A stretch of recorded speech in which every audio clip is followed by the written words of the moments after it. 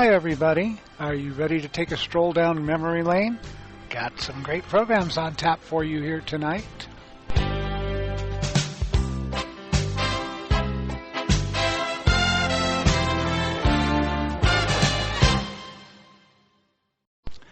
Tonight, as we stroll down memory lane, we will begin a series I call Crime Fighters.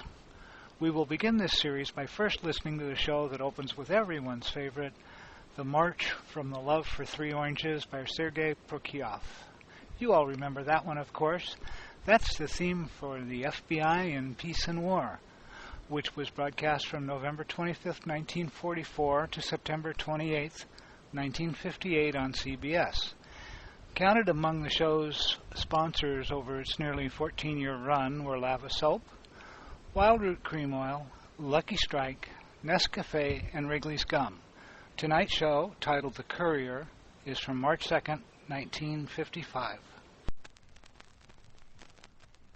The FBI in Peace and War.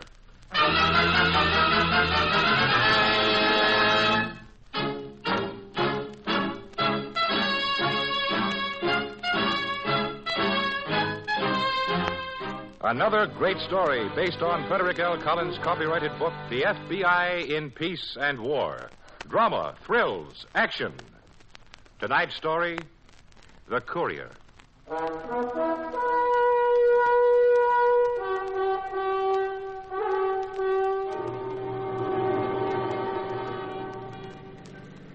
So then he says, now remember, Eddie, you're not taking that doll along with you. This is strictly a business trip. I give him a straight face, and I say, what do you think, Gus? I'm out of my mind. Oh, that Gussie kills me. Yeah. So anyway, he says, I'm just telling you, that's all. Keep away from her. She's a troublemaker. Am I? Well, I was going to say maybe you'll get a big surprise someday when this doll is Mrs. Eddie Branner, but I figured, why should he know my business? You got 50 cents for the bridge? Yeah, I think so. When we get on the other side, you watch for Route 202. That'll take us to Harrisburg. Is that where we get the turnpike? Yep, straight to Pittsburgh. I've never been to Pittsburgh. It'll be dark when we get there. You'll probably fall asleep. Probably. Do we have to go all the way, Eddie? In one night? Yeah. Straight ahead for 202. How far is it from Pittsburgh to Toledo? Oh, a couple of hundred, I guess. Where do you have to meet this guy in Toledo? I don't know. When I get in, I call a phone number. He tells me. What are they giving you for this job, Eddie? Enough? How much is enough? $3.50. $3.50? Look, it only takes a day there and a day back, Muriel. What about the chances you take? Let's not talk about it, huh? $3.50. Look, I'm only making a delivery, that's all. For what? Supposing you get caught with a suitcase full of hot jewelry, what then? Muriel. Hmm? Stop fishing, huh? What have you got in the suitcase? Oh, come on, Eddie. You can tell me. What difference does it make? It's not jewelry. Well, what then? Bonds. Government bonds. Government bonds? Yeah. Now, look, Muriel, Where'd they get please. government bonds? I thought They were got them in that bank stick-up a couple of months ago. The bonds were on the teller's desk, so they took them along. Huh. What good are they, Eddie? How can they get rid of them? Well, this guy we're meeting buys them at a discount. He changes the serial numbers, and then he sells them to small-time operators around Toledo and Chicago. They cash them in at local banks. In cash them? Yeah, sure. All you got to have is identification. They're all small denomination, $50, $100 a piece. How much altogether? Muriel, Oh, look. what difference does it make if you tell me? I don't know how much. Said in the newspaper they got $41,000 worth. Anyway, who cares? It's not our dough. No, it's not. Yeah.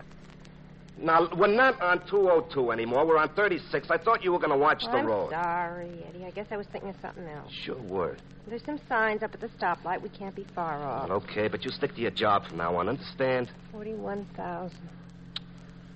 It's a lot of government bonds, isn't it, Eddie?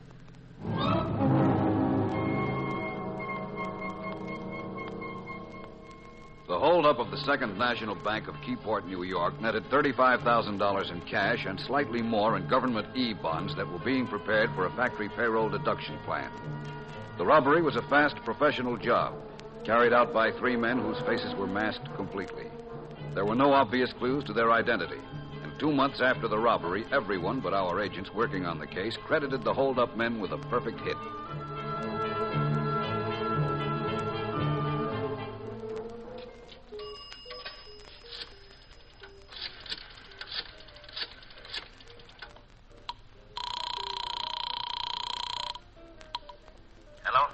Hello. I just got in from New York. I was told to call this number. Yeah, I've been waiting for you.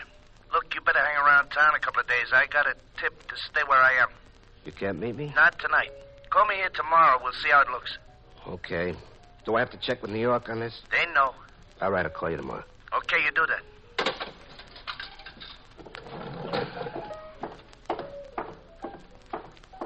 Did you get him? Yeah.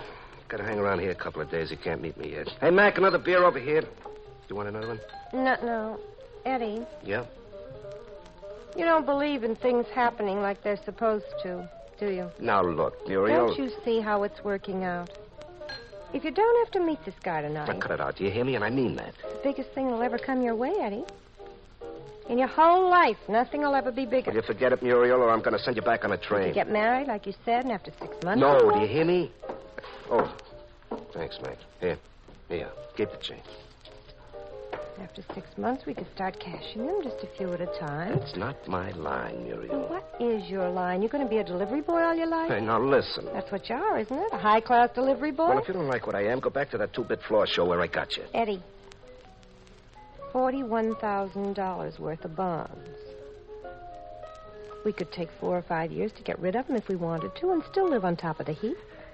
Don't you see, Eddie, you'd be your own boss. You wouldn't have to be pushed around by Gus or run errands. Muriel, will you talk sense? They'd come after me no matter what. You think they'd just sit there and take It's a big country. We could keep moving. You can't cash a bond just like that, So Muriel. we'd stay in one place till they knew us a little and cash a couple of thousand and then move on. No, it wouldn't work.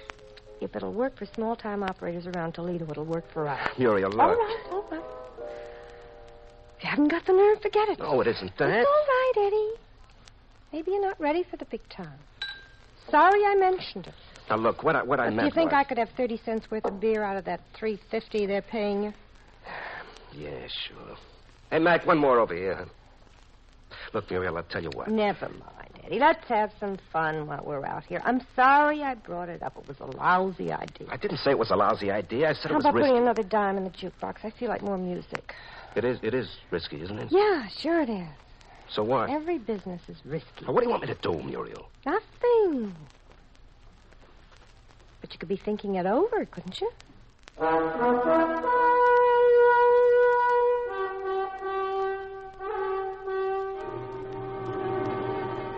Since the robbery of the Keyport Bank came under more than one jurisdiction, other agencies of the government were also working on the case.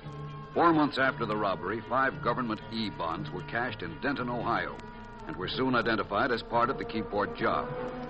When this information was given to us, Agent Reynolds and I flew to Denton and talked with all of the people who had come in contact with the man who cashed the bonds. And he was sent to you by Mrs. Garner at the Main Avenue Apartments. Is that right, Doctor? That's right. Mrs. Garner is one of your patients. Oh, yes, for many years. Doctor, what was wrong with the man? Why did he come to see you? Well, actually, nothing was wrong with him. He had a case of overworked nerves, and the symptom was a mild skin rash. Did you prescribe for him, Doctor? As much as you can on a thing like that.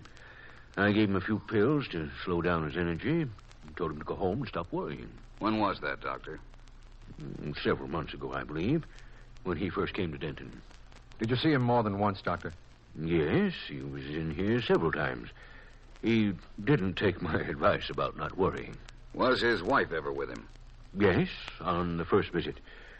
She didn't seem to be altogether sympathetic toward his ailment. How did he approach you, Doctor, about giving him a note to your bank? Well, as far as I can remember, he said he was having trouble getting a job and he'd have to cash one of his savings bonds. Since he wasn't known in Denton, he wondered if I could give him a note to the bank. He showed me a $100 E-bond that he wanted to cash. Actually, I understand he cashed 5 of these bonds. That's right. Doctor, we've written down the descriptions of the man and his wife that various people have given to us. We think we're getting a pretty accurate physical condition. Picture. Would you mind adding what you can to this? Well, not at all.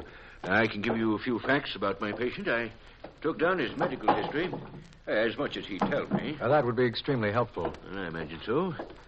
Well, here we are. Branner, Edward, age 29, height 5 feet 10, weight 160, childhood illnesses, whooping cough, measles, operations, tonsillectomy, age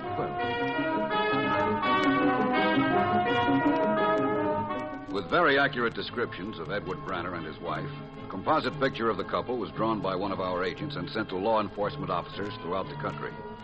The Branners were moving around a good deal. taking care to cash only a few bonds at each stop. And their method of obtaining identifications at a bank didn't seem to vary. So I said, well, after all, Eddie, you saved those bonds for a rainy day, and what are they for if you can't use them? You were right, dear. Of course I was. How about another glass of beer, Mrs. Turner? Oh, no, I couldn't really. I got 2 more rooms to clean. Oh, come on. You work too hard. Well, maybe a short one, but, I really shouldn't. You won't sweep under the beds this time. We'll know the difference. Oh, if you were renting out rooms, you wouldn't be asking a question like that. Okay, have a beer anyway. The things you have to put up with in renting, you just wouldn't believe. Oh, that. Sometimes I say to myself, why don't I just give up renting and go live with my sister in Jacksonville, work and slave all day long? For what? You're not kidding. I don't know why I do it. Honest, I don't. Well, here's good health to you, Miss Branner. Same to you. Well, I gotta go now. There's no 2 ways about it. Okay. I wouldn't leave your door unlocked if you got bonds in here, Miss Brenner. Thanks, I won't. Not that I don't have a fine class of people, but you just can't be too careful. You're right, but we'll cash these today if the bank will take them. Government savings bonds? I should think they would. Probably, but it says on the back you have to identify yourself, and we've only been in town a few weeks. I can't very well ask somebody to identify me at the bank. Well, why not? You're you, aren't you? Well, I think I am, but I can't prove it. Well, now, you just go down to the River Street Bank and tell them I sent you. Well, maybe I'll do that. Sure. Tell them you're the only boarders I ever had who paid ahead of time. All right, I will. I'll tell them to call you, huh? Any time, Miss Branner. Uh-oh, here's your husband. Hello, handsome. Any luck? No luck. Oh, hello, Mrs. Turner. Hello, Mr. Branner. Well, I'll be seeing you later, Miss Branner. Thanks for keeping me company. I'm sorry I kept you from your work. Oh, it was a pleasure. She's going to set us up at the bank, Eddie. I Never told mind her. the bank. Pack your things right away. We got to get out of here. Get out, why? Joey Mason, that's why. Who? Mason, Joey Mason. I told you they'd be after me, Muriel. I told you the whole country wasn't big Who's enough. Joey Mason? He's a paid hatchet man, a friend of Gus. Now, come on, will you pack your stuff? How could anybody Will you know? shut up and stop asking stupid questions? I got contacts everywhere. Somebody must have spotted me and phoned Gus. Just when I got everything set, wouldn't you know? Don't answer that. Never mind the clothes. We'll go down through the kitchen. The car's in the back. Come on, let's get out of here.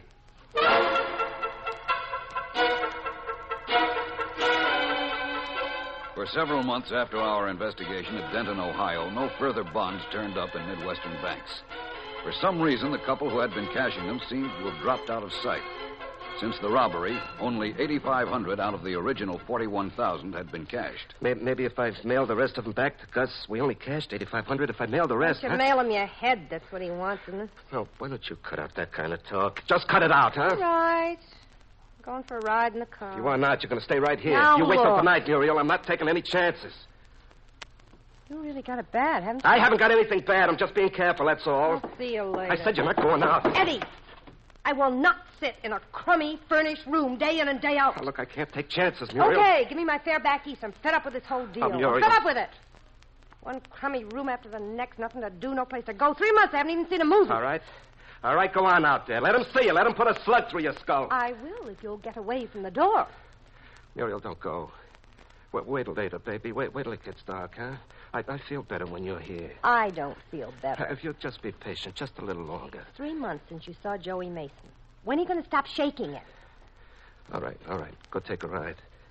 Stop in the drugstore, see if you can get some kind of ointment. This rash is killing me. Okay. Haven't got any of those pills left, have I? The ones from that doctor? You ask me that twice a week, and twice a week I tell you no. I ought to call him up and have him mail me a prescription. I'll see if there's some kind of ointment. Muriel, don't be long, will you? Okay. You got the key to the car? Yeah, I got it.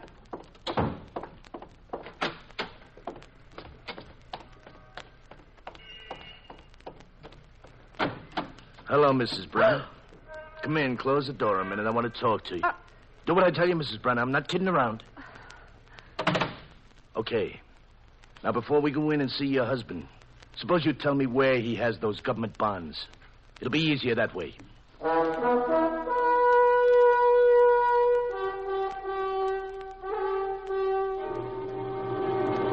Our break in the Keyport Bank case came just about 6 months after the robbery. As part of our routine, we had asked the doctor in Denton, Ohio, to be on the alert in case he ever heard from his patient. On the afternoon of February 3rd, 1953, the doctor received a long-distance call from Phillipsburg, Illinois. Yes, this is Dr. Walsh. Doctor, this is Edward Branner. I don't know whether you remember me, but... Oh, yes, of course I remember you, Mr. Branner. How are you?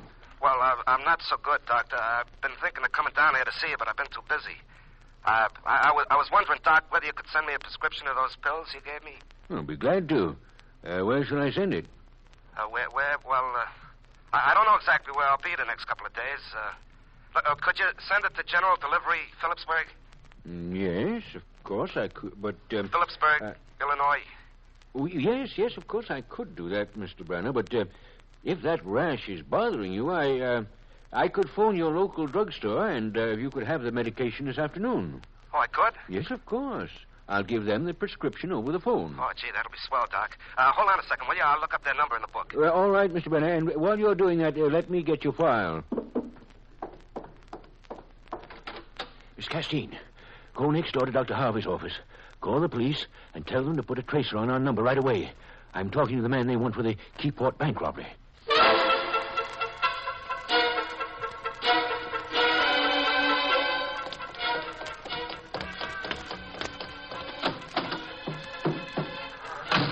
$40-20 Main Street, Charlie. We got a phone tip on the Eddie Branner, the one they want for the New York bank job. Come on now, step onto this. Some doctor's stalling them on the phone till we get there.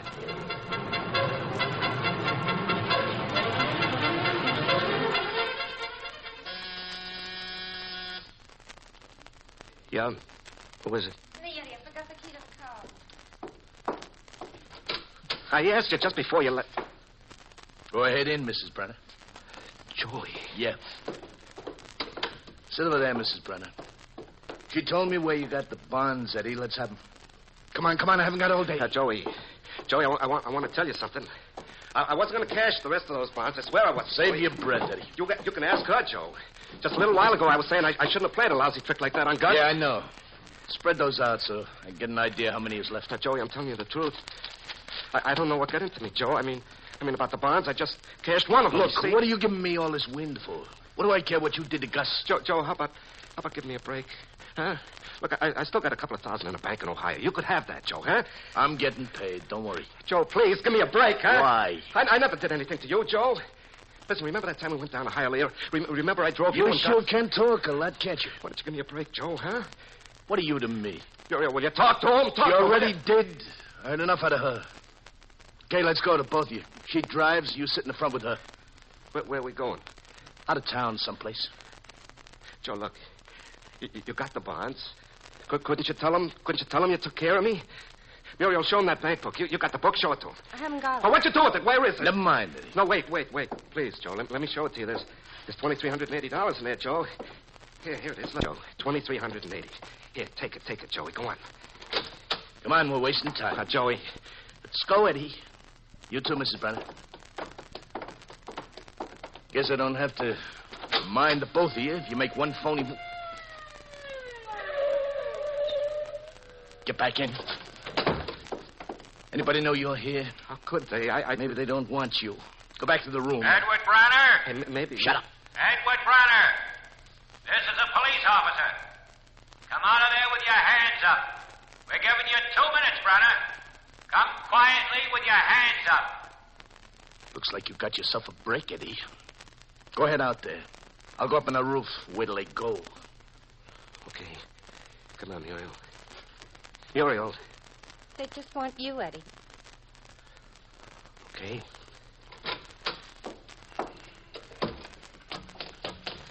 I'm Edward Branner. I'm coming. I'm Edward Branner. My wife is in there. There's a man with her. His name is Joe Mason. He's with the Gus Meyer gang that took the Keyport Bank. They're coming in for you, Joey. They're coming in for you.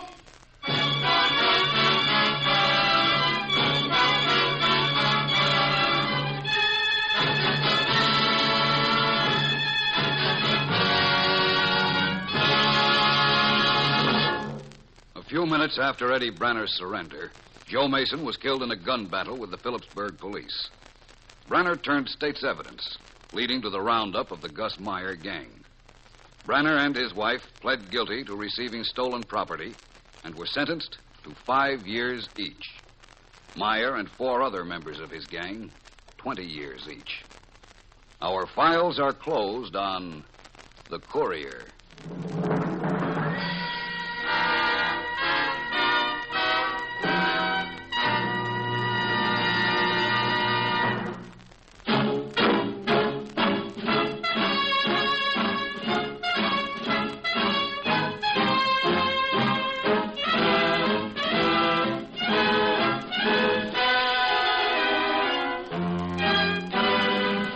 tonight's story, Elspeth Eric played the part of Muriel Brenner.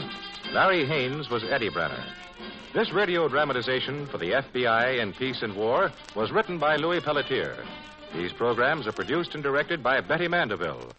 All names and characters used on the program are fictitious. Any similarity to persons living or dead is purely coincidental. This program is based upon Frederick L. Collins' copyrighted book, The FBI in Peace and War, and the broadcast does not imply endorsement, authorization, or approval by the Federal Bureau of Investigation.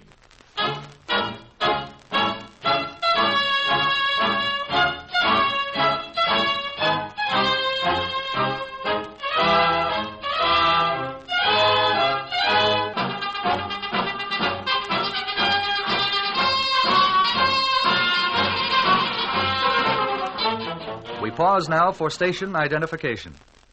Now for a treat. Here's one of Ellery Queen's Minute Mysteries, titled The Curious Gangland Killing. The dates for this series are not known. Ellery Queen's Minute Mysteries. This is Ellery Queen with a case I call The Curious Gangland Killing. When a small-time gangster named Lopez was found dead at the bottom of the river, police immediately assumed it was a gangland killing. Lopez was found tied tightly with cotton rope. His legs were bound together with heavy irons. Open and shut case, said the police. But I investigated and found out Lopez had a lot of insurance, and he was suffering from an incurable disease. This wasn't a gangland killing, I insisted, but a case of suicide. The police didn't believe me till I showed them why. In a moment, I'll explain. In the case of the curious gangland killing, you recall Lopez was tied tightly with cotton rope. Actually, he tied himself up loosely, and the cotton rope tightened in the water. By appearing to have been killed, his wife would collect double indemnity, and she almost did. Listen again to Ellery Queen's Minute Mysteries. Now we'll continue to travel down memory lane and listen to an episode of The Adventures of Ellery Queen. Although not continuously, this series aired from June 18th, 1939 to May 27th, 1948, and aired over NBC, CBS, and ABC at various times. We will listen to the show from January 7th, 1943, which aired over NBC, featuring Carlton Young as Ellery Queen, titled The Singing Rat.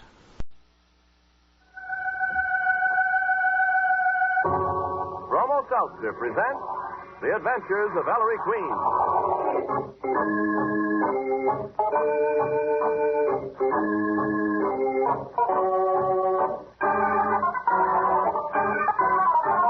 Tonight, the makers of Bromo Seltzer bring you another thrilling adventure with Ellery Queen, the celebrated gentleman detective in person.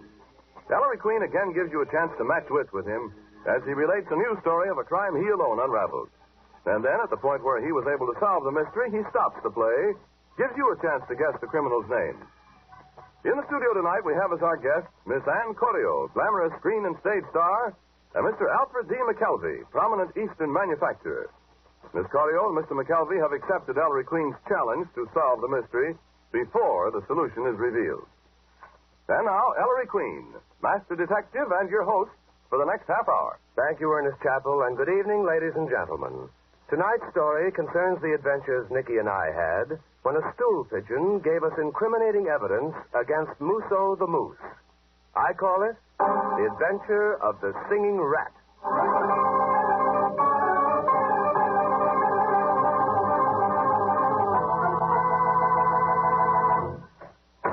Inspector. Heavy. Look who's paying a visit to headquarters. The Singing Rat. Singing rat. Ah, show him in, Veely. Always glad to see the rat. Enter, Sir Rodent. Yes, Sarge, yeah.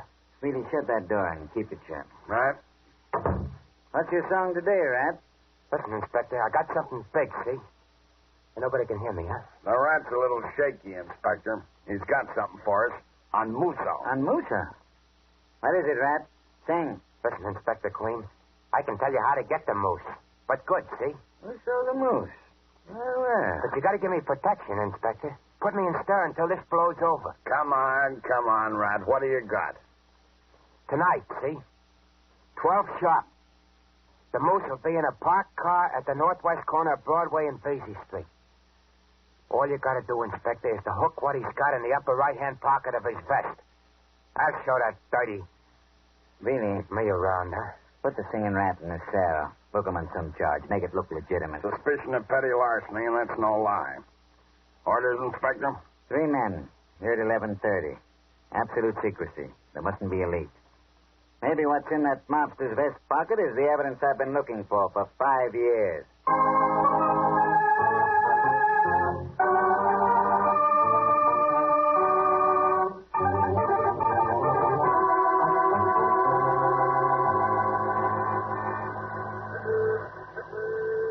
Why don't he show up, Moose?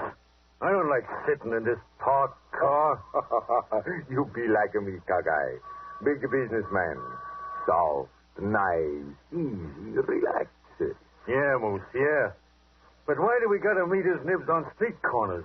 We're wide open, Cockeye, you don't understand. That's the way you're a punk, and I'm a Moose the Moose. He's important man. Sure, I can make him come up to the apartment like last week, but he's taking a chance. If somebody sees him... Hey, Moose, that black sedan. It's the cops. Cop, now keep your pants on, Cockeye. You much in that car. Sit still. Cockeye, no. Don't start nothing. I got him called the sergeant. Flint, flash the light on him. All right, step out, Moose. You too, Mug. Reach for a rod and you'll be angel food before you hit the sidewalk. Come on. Hello, Sergeant. You saw about something. Sure, we come out. Good evening, Musso. Oh, he's my old friend, Inspector Queen. Neither of them's healed, Inspector. Inspector, every time you pull in the moose, you gotta let me go again. And you know getting tired. Hold your arm tight, Moose. Stand still and you won't be hurt. Flint, throw that submachine gun to his back so he won't get ambitious. Hey, do you nuts, Inspector? What's the idea? All right, Billy, put your hand in the upper right pocket of his vest and take out whatever's in there. My vest? You don't do that. I want my mouthpiece. All right. Take your hands out of my vest. Let me go. See? Nice, Moosey. There. Somebody, she's a squeal. I find out who. He's a dead man. I kill him.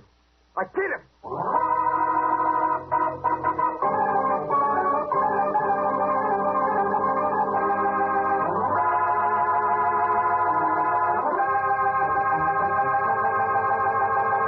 And there, ladies and gentlemen, you have the beginning of our mystery. We'll be back in just a moment to tell you more, but first, Ernest Chappell. Friends, you like to save money, don't you? And you like fast relief from a common sick headache? Of course. But what's saving money got to do with that? Plenty, so listen closely. Right now at your drugstore, you can get the large 60-cent size bottle of Bromo Seltzer for only 39 cents. Now, any way you figure it, that's a saving of 20% or more. And talk about quick, effective relief. But I'll let Mr. Howard B. Abel of Pipersville, Pennsylvania, tell you about that. He writes, Whenever I get a common sick headache, I always take Bromo Seltzer. Because I found out many years ago that there's just nothing better.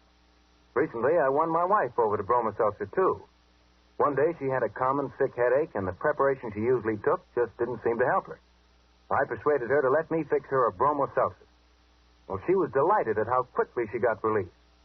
You can be sure there's always a bottle of Bromo Seltzer in our home. Millions of folks feel just as you do, Mr. Abel. Which reminds me, you old users of Bromo Seltzer will want to get in on this wonderful special, too, but you must hurry. This offer is strictly limited, both as to time and quantity. So tomorrow, go to your druggist. Ask him for the regular, large, 60-cent size bottle of Bromo Seltzer. But pay him only 39 cents. Better still, get 2 bottles. One for your desk or locker, one for home use.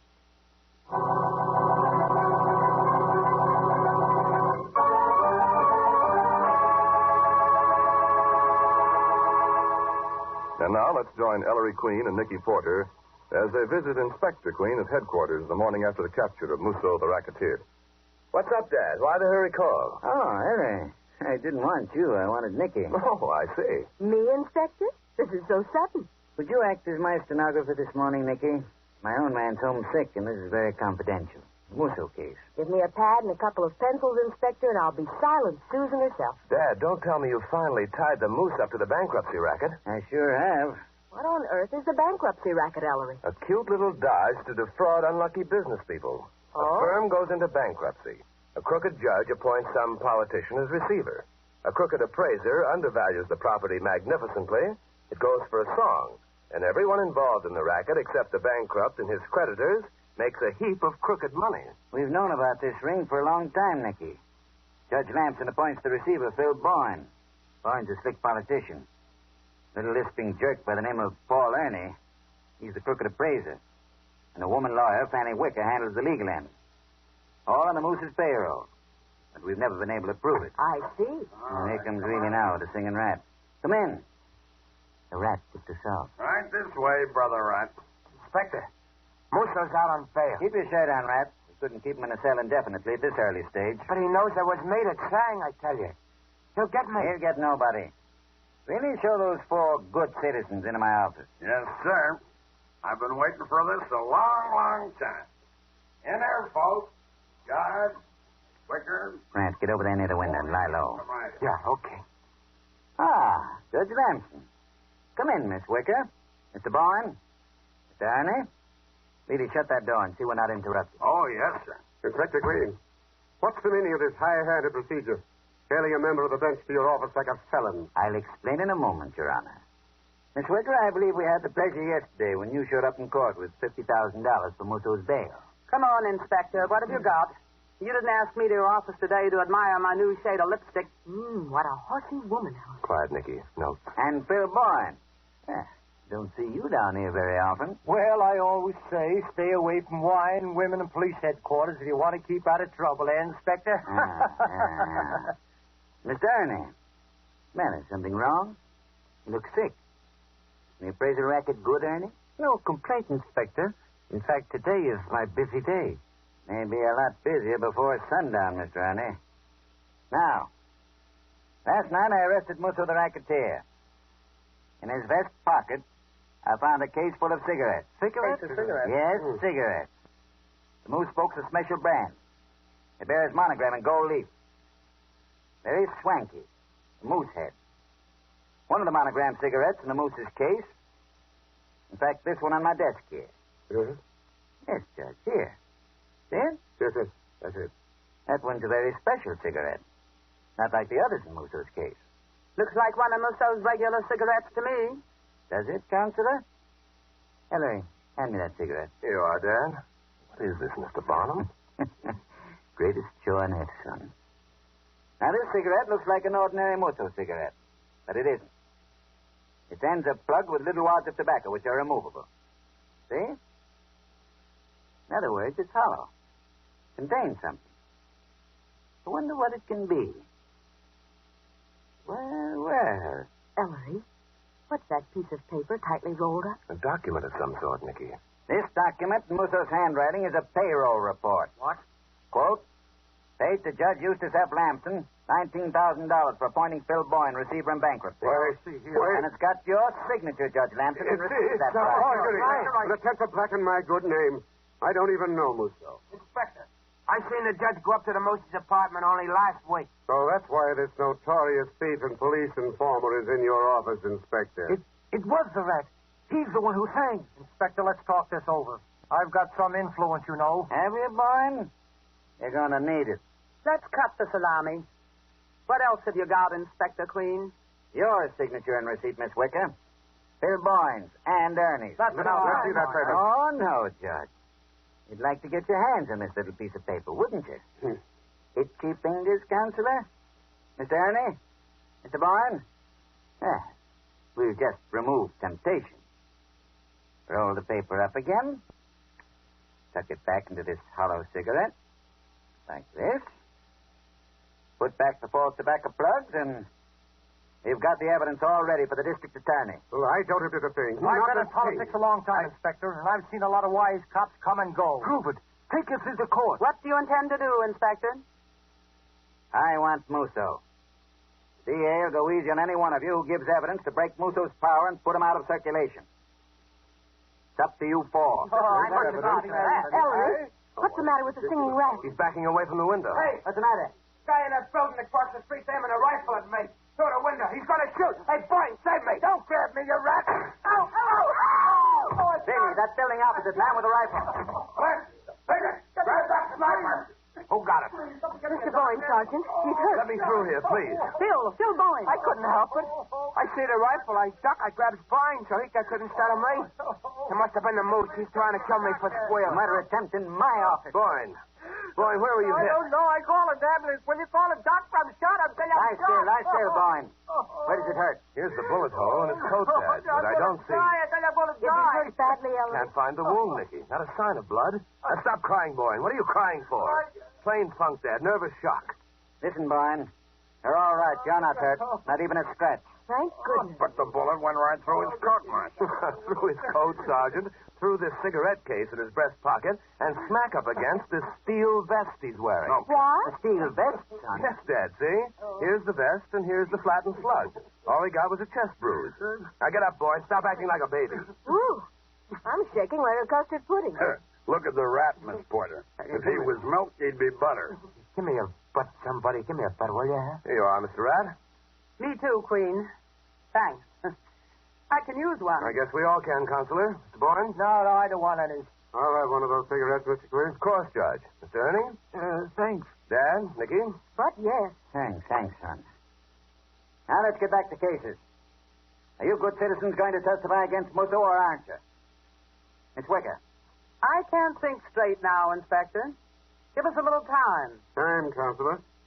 Sir, I can give you my answer now. Don't be hasty. Let's talk this over. Okay. I'll give you people just 2 days to make up your mind. No longer. All right, Billy. Let him go. This way out, Your Honor. Come on. Billy, any report on that building across the street? No luck, Inspector. By the time the boys got there, the guy that fired the rifle had taken a powder. No, I'll never hear the end of this. Dad, the singing rat. He's gone. Huh? Billy, where'd the rat go? I don't know, Inspector. I didn't see him. I guess Brother Rat decides police headquarters isn't as safe as he'd pictured. Fool, now Musso will get him sure.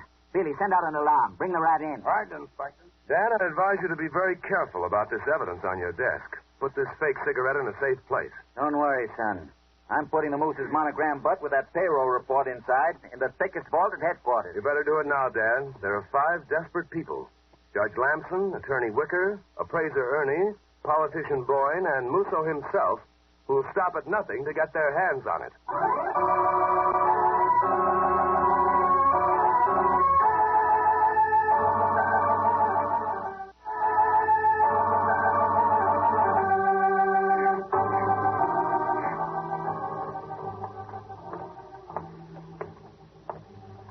Seems to me we practically live at police headquarters these days, Ellery. What's the occasion for this visit to the inspector's office? Don't you remember, Nicky? The deadline Dad gave Musso's 4 distinguished co-workers is up this afternoon. Well, why should that make you look droopy? This isn't your case. Anyway, even if it were, there's no mystery about it. I know. Just the same, Nicky, there's something wrong. It's been bothering me for days. Can't put my finger on it. You and your imagination. Here's the inspector's office. Isn't Billy there either? Well, find him, blast it. Oh, hey, Nicky. Anything new on the Moose case, Inspector? Have you heard from Judge Lamson yet or the others, Dad? Ought to hear any minute now. He'll only agree to testify against that slippery mobster. Yes? Annie Wicker's here, Inspector. What's his mouthpiece? Send the consular in. Something tells me this is good news. Ah, Miss Wicker. Well, has that smart legal brain of yours looked over all the angles of the corner you people are in? You win, Inspector. Ah. We'll cooperate with the DA, give what evidence we can against Musso, provided we're protected and the DA makes the deal. That's very smart. Look at the inspector's face, Ellery. He looks positively blissful. There's something wrong, Nicky. Something wrong. Oh, glad you see it that way, Miss Wicker. You're here as spokesman for the whole group? All except Judge Lamson. His Honor is going to fight, Inspector. That's the worst decision His Honor ever made. Well. So the Moose is going down for the count at last. Out on bail, is he? Not for long. Excuse me. Yes? Inspector, really? Really, I've been combing the city for you. Where are you? Central Park. Listen, Central Park. What are you doing in Central Park? Sharing nuts with the squirrels? Now, listen, Inspector. It's about the Moose. The Moose? What's about the Moose? A park cop just found him under a bush with a bullet in his brain.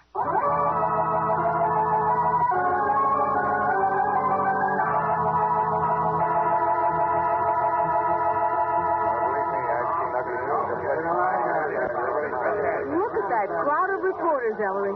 What, Nicky? Ellery Queen, what's the matter with you? Nothing, Nicky, nothing. It's just that I can't get it out of my mind. Get what out of your mind? Oh, your imagination again. Meanwhile, that racketeer is lying here in the park murdered. Yes. Oh, Dad. Well? Moose got it in the brain, Ellery. He rounded up his gang with the deaf, dumb, and blind. What was Musso doing in Central Park, I wonder? Obviously, Nicky, he had an appointment with his murderer. You see here? Body's lying behind a bush in this clump of trees, and no signs of its being dragged. They were arguing here. Oh, Sergeant, did you find the gun? Yeah, Maestro. It's the Moose's own rod. One chamber's empty. They struggled over Moose's gun, Ellery, and the other gentleman won. He's no gentleman. Dad, how long's the Moose been lying here dead? Doc Prouty says he was bumped off sometime today. He didn't die right away, so Doc says there's no telling exactly how long he lingered. Could have been murdered any time this morning or early afternoon. Drat it. Have to check alibis. Dad, look at this. What, son? I just found it under the body. This hollow cigarette with the Moose monogram on it. A hollow one? Like the one we got at headquarters? Isn't there anything in it, Ellen? No, it's empty. Dad, are you sure the cigarette with the document is safe at Center Street? This looks like the identical casing. It can't be, Ellery. I locked the evidence up myself. Just the same, Dad. Let's go back to headquarters and check up.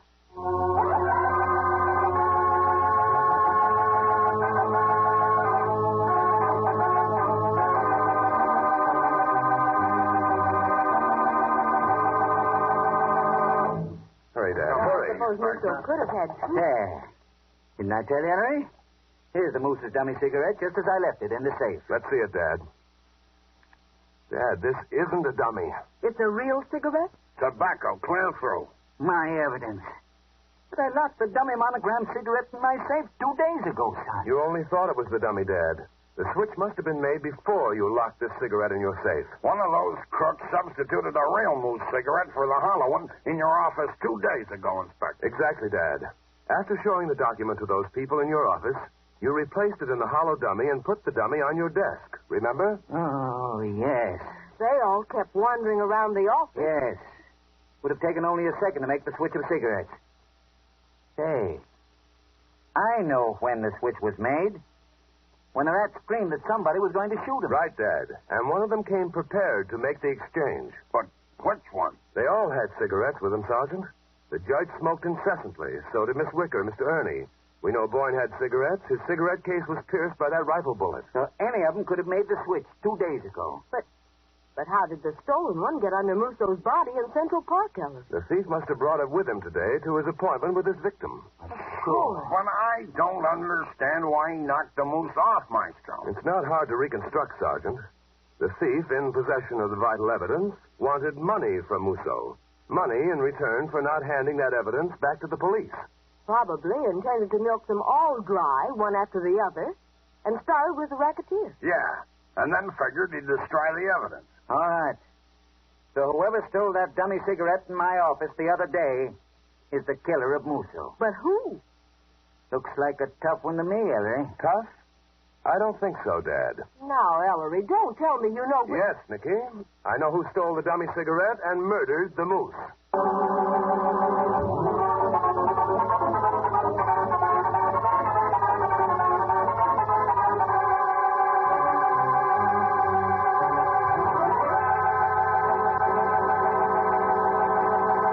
And there, ladies and gentlemen, you have the mystery, and I hope a solution as well.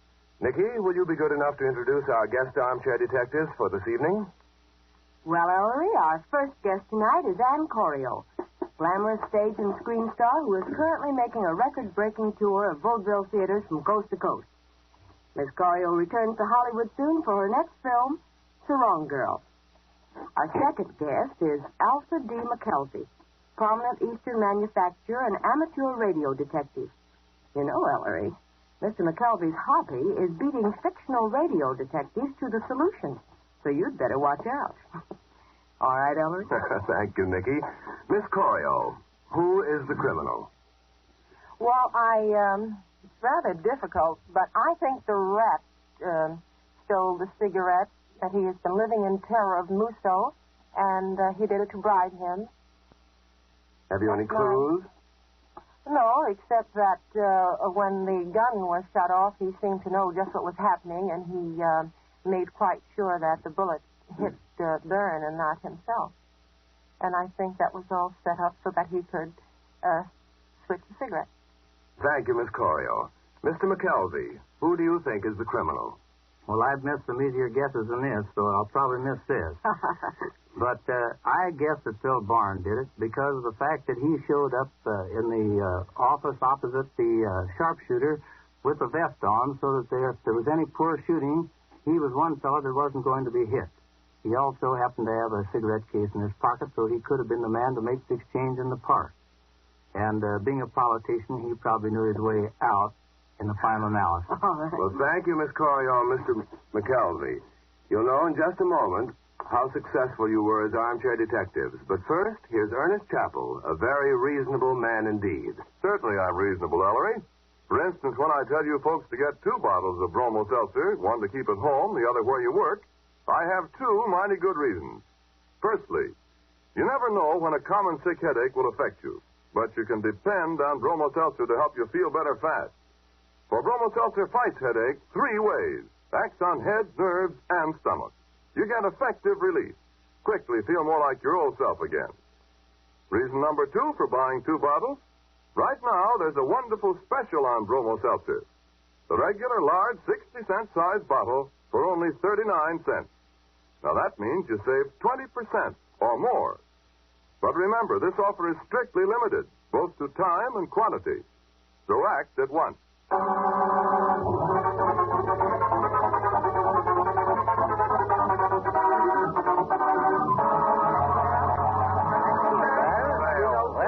Son, was it Judge Lamson? Or that mouthpiece in skirts, Fanny Wicker? That lisping little appraiser, Ernie. No. The thief of the evidence, and therefore the killer of Musso, was Phil Boyne. Boyne? That politician? The one that got hit by the rifle bullet by mistake? But how do you know it was Boyne, Ellery? The clue in this case is psychological, but it's as incontestable as a fingerprint. Consider the situation in your office, Dad, 2 days ago. Musso, or one of his henchmen, in trying to kill the singing rat, fired a shot that struck Phil Boyne by mistake. How did Boyne react? Like an old lady. Got his start. Yes. Boyne was so shocked by his narrow escape from death, so unnerved, that he blubbered like a scared child. Yet when, at the height of excitement, I offered him a cigarette, he refused it. That's right. He did. The judge, the rat, Consular Wicker, Ernie, even you, Dad, and Nicky, were all so shaken by the murderous attack that you gratefully accepted a cigarette to soothe your nerves. Yet Boyne, the man most immediately involved, the man who had actually been struck by the bullet, although unhurt, the man who threw a fit of hysterics, Boyne refused to smoke. Conclusion? Phil Boyne is not a smoking man. Phil Boyne doesn't smoke at all. If he were a smoker, even a light smoker, he would have grabbed at a cigarette in his condition. But, Ellery, if Boyne isn't a smoker, why does he carry a cigarette case around with him? He did that day. You said yourself it was pierced by the rifle bullet. Yes, Nicky. Why did Boyne, a non-smoker, carry a cigarette case? Since it wasn't because he smoked, then that case and the cigarettes in it must have served an entirely different purpose. I see it now, son. Yes, Dad. We know one of Musso's specially monogrammed cigarettes was substituted for the hollow one with the evidence in it. Therefore, the thief must have come to your office with a cigarette he'd stolen from Musso in advance. In other words, the thief came prepared to make a switch of cigarettes if the opportunity arose. And which of the 4 suspects did come prepared? Obviously, the man who carried a cigarette case but didn't smoke. Dad, if you'll nab Phil Boyne right away, there's a good chance he still has that document with its precious evidence on him.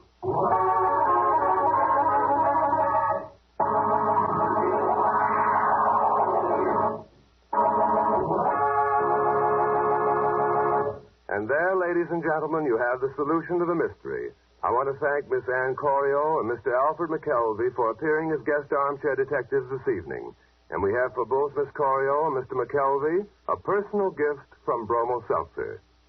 Also, an autographed copy of my latest mystery anthology, Sporting Blood, and a subscription to Ellery Queen's Mystery Magazine.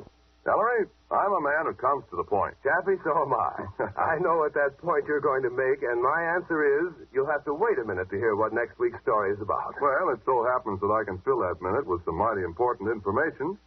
You can take it straight from our educated Bromo Seltzer trained friends. The time to try Bromo Seltzer is right now. Listen. Save money. Buy now. Bromo Seltzer, Bromo Seltzer, Bromo Seltzer, Bromo Seltzer, Bromo Seltzer. Yes, buy Bromo Seltzer now, and you'll save money. 20% or more. For right now, your druggist is offering the large 60-cent size bottle of Bromo Seltzer for only 39 cents. This offer is good for a limited time only, so act at once. Remember, Bromo Seltzer fights headache 3 ways. These 3 ways. Quick relief from headache pain. Fast help for jumpy nerves. Quick help for upset stomach. So don't be satisfied with anything that does less for you than Bromo Seltzer. Use it only as directed on the label. For frequent or persistent headache, see your doctor. For quick, effective relief from common sick headache, get tried and true Bromo Seltzer. And be sure to ask for the large 60-cent size bottle, now selling at the special low price of only 39 cents. Save money. Buy now. Bromo Seltzer, Bromo Seltzer, Bromo Seltzer, Bromo Seltzer. All right, Sherlock Holmes, come on. What's on tap for next week? Funny you should call me that, Chappie. How so? Well, because next week I'm going to tell about a case I had which will remind you of one that baffled the great Sherlock himself. It's about a man who goes into his house for an umbrella and disappears. I call my case The Adventure of Mr. Short and Mr. Long. Be sure to listen next Thursday at this same time.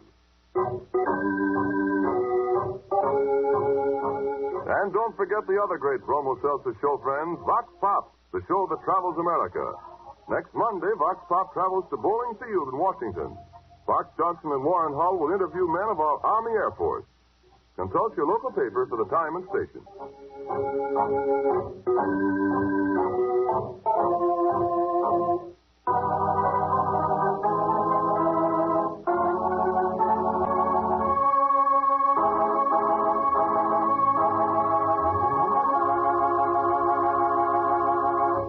Music for The Adventures of Ellery Queen is by Charles Paul. I think for a change of pace, I'll conclude tonight's presentation with a touch of humor. Let's check in with our old buddy, Dr. Science, and we'll ask him, where does middle-aged spread come from? It's time once again to Ask Dr. Science. So let's ask Dr. Science. That's me. Remember, he knows more than you do. That's right. Gil Greggert from Stillwater, Minnesota writes, Dear Dr. Science, where does middle-aged spread come from? Why haven't I been able to find it at my grocer's? You can, but you might have to show ID first. You have to be over 35 to purchase middle-aged spread, although some younger people have achieved a pear-shaped figure on their own. Middle-aged spread differs from general obesity in its distribution on the body. One would expect a chubby person with an ample waist to be chubby all over. Well, this holds true with overweight children or young adults, but many is the porky adult over 35 who has thin arms and legs, but a prodigious waistline. Science classifies middle-aged spread with quirks and quarks as examples of natural quirkdom. Thank you, Dr. Science. Send your science questions to Ask Dr. Science. Remember, he's not a real doctor. I have a master's degree in science.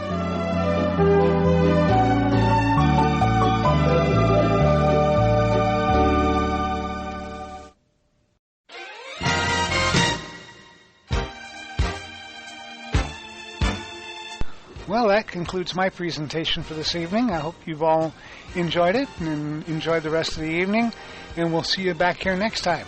Have a great evening, everyone.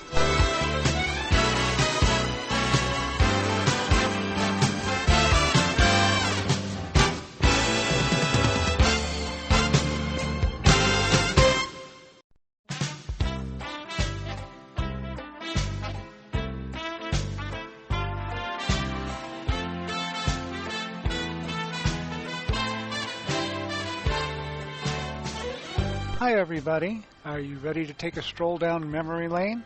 Got some great programs on tap for you here tonight.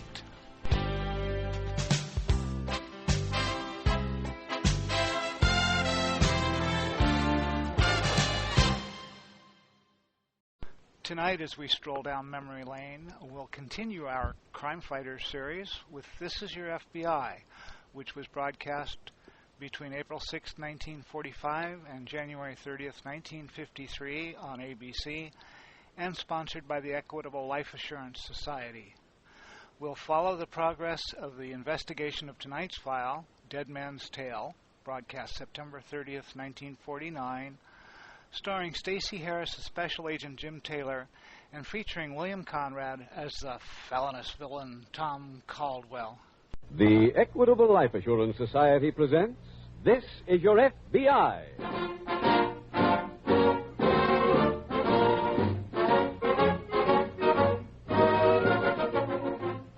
This is Your FBI, the official broadcast from the files of the Federal Bureau of Investigation.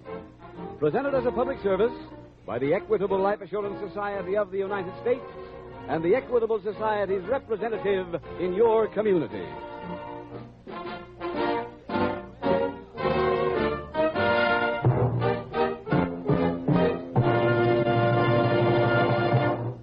Now, for a moment, we're going to hear from a representative of our sponsor, the Equitable Life Assurance Society of the United States. Last week, I saw my daughter off to our state university. She's going on an Equitable Education Fund I started the year she was born. And on the same train were 5 other youngsters of her age leaving for college. Thanks to the Equitable Education Funds I planned for their dads. Do you wonder I'm proud to be a representative of the Equitable Life Assurance Society? In approximately 14 minutes, I'll be back to give the whole story of the Equitable Education Fund, an important contribution to American education made by the Equitable Life Assurance Society of the United States.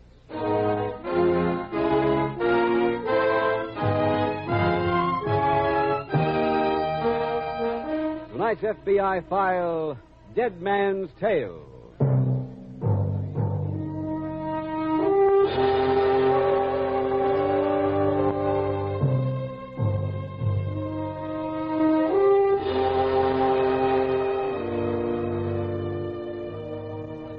This morning, a graduation ceremony was held in Washington, D.C. A graduation ceremony at the FBI National Academy, a school operated by the Federal Bureau of Investigation for the dissemination of knowledge to members of local police organizations throughout the country. If it seems strange to you that these local police officers, the men who form your first line of defense against crime, are going to school to learn the latest methods of waging that war, then you are guilty of old-fashioned thinking. Yesterday's blue-uniformed minion of the law who took his tribute in fruit from the corner stand has been replaced by the modern police officer, a younger man who in every respect is better equipped to do his job, is better equipped to safeguard your precious freedoms. Each day, as more of these well-trained young men take their places as members of your local police, law enforcement becomes even more established as a recognized and honorable profession. This FBI Academy is a young school, 14 years old, but already its graduates are in every state in the Union. Soon we hope they will be in every city, for when that time comes, the war against crime will not automatically have been won, but a tremendous stride will have been taken in the right direction, in the direction of victory for the people over the common enemy, the American criminal.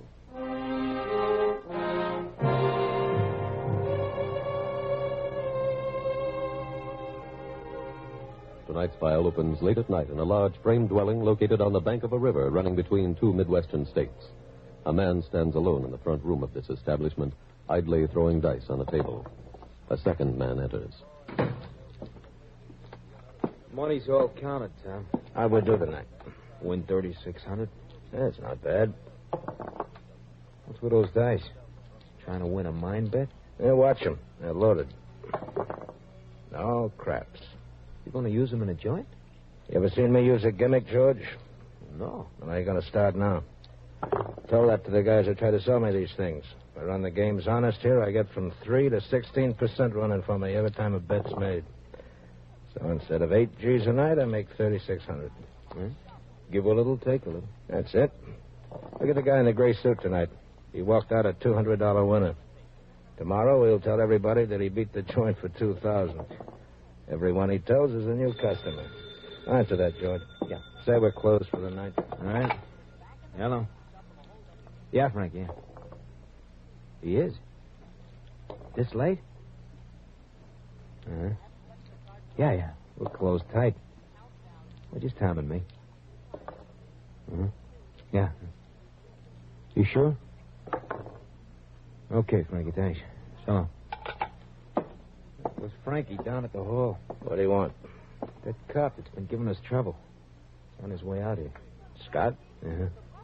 Just got a warrant. But not to slow the joint. He's going to try and put the collar on you. What for? Well, that Hamilton guy signed a statement for him saying that you threatened his life if he didn't clean up his tab out here. What we do? We'll see him. What? I'll make him one more offer to come over. And if he turns you down?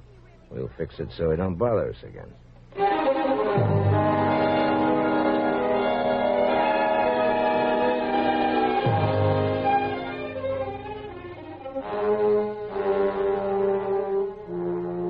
A few days later, at local police headquarters, FBI Special Agent Jim Taylor is greeting an old friend. Hey, it's good to see you. Well, same here. What are you doing in this neck of the woods? Oh, I came down to investigate a stolen car ring. Oh? Oh, you're not working on the case, eh? No, I'm still on traffic control. Oh. Hey, is Carl Scott around? No, Jim. I heard he got an appointment at the academy. I wanted to congratulate him. He won't be using it. Oh, what do you mean? Carl's dead, Jim. He's what? Come on in the locker room. I'll tell you the whole story. Oh, okay. Go ahead, Jim. Thanks. I gotta get in a uniform. Dave, what happened to Carl? They fished his body out of the river early this morning. They what? Yeah. Coroner's preliminary report says drowning with no sign of any physical injury. And I'd be willing to bet that he was murdered. By whom? A man named Tom Caldwell. Oh, who's he? Local Capone. Controls gambling and just about everything else. Oh. Been arrested about 30 times on various charges. But no one's been able to make any of them stick. Oh, why not? Political protection. Mm. Hand me that chute tree over there, will you? Yeah. Thanks. What makes you think he killed Scott? Carl dropped by my desk late Monday night. And? He said he was going to arrest Caldwell, and this time at Woodstick. Did you know what he meant? Yeah. He told me that a customer named Johnny Hamilton owed Caldwell a lot of money. Caldwell had given him credit at the gambling house, and when Hamilton didn't pay, his life was threatened. By Caldwell? Yeah. Mm-hmm. Hamilton had given Scott a signed statement. Who is this Hamilton? Son of a wealthy local family. Have you spoken to him? Yeah. He denies that he ever gave any statement to Carl Scott or that he owes Caldwell any money. Sounds like Caldwell got to him first. Probably. Jim, Carl Scott had two big ambitions. One was to go to the FBI Academy, and the other was to put Caldwell out of business. I've asked to be transferred from traffic control so I can work on the Caldwell file. I think the chief will approve. If he does, I'm not only going to prove murder, I'm going to solve it.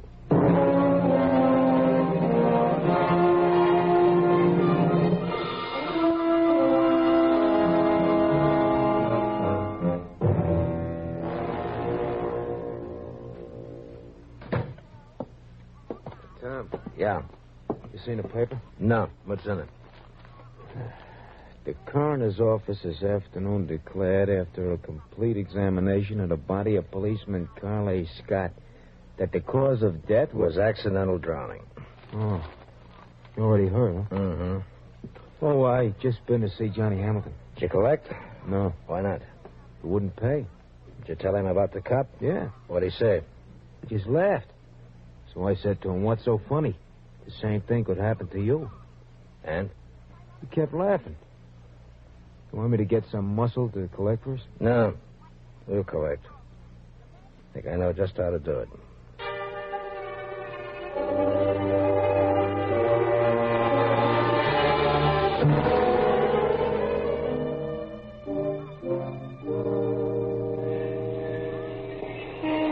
Dave?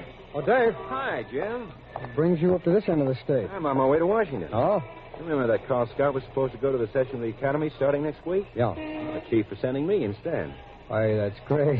Good luck, Dave. Thanks. I'll sure need it. I haven't done any concentrated studying since I was in school. I'll keep a good notebook, study a lot, and you'll make it. You taking the plane? No, on the bus. Oh, it's a long jump. I know, but it's cheaper, and every buck has to go a long way. I borrowed on my car to finance this venture. Well, it'll be worth it. Oh, I know that, Jim. The only regret I have is stopping on that Caldwell file. There'll be plenty of time for Caldwell when you get back, if we don't catch up to him first. Are you working on him, too? Well, I don't know, Dave. We got a complaint from the chief of police across the river from you about some slot machines being in candy stores next to schoolhouses. Oh, that sounds like Caldwell, all right. Well, that's what this chief of police thought. And if we can prove that he transported them across in the state line in a stolen car that the police found, we may be able to give the U.S. attorney enough to prosecute him. I surely hope so. Hey, it's time for my bus. Look, I'm going to be at Mother McCartwright's in Washington, Jim, and the address is... I know it. Well, good. If you get anything on Caldwell, let me know. I will, Dave. I hope when you get back, you can visit him in a cell.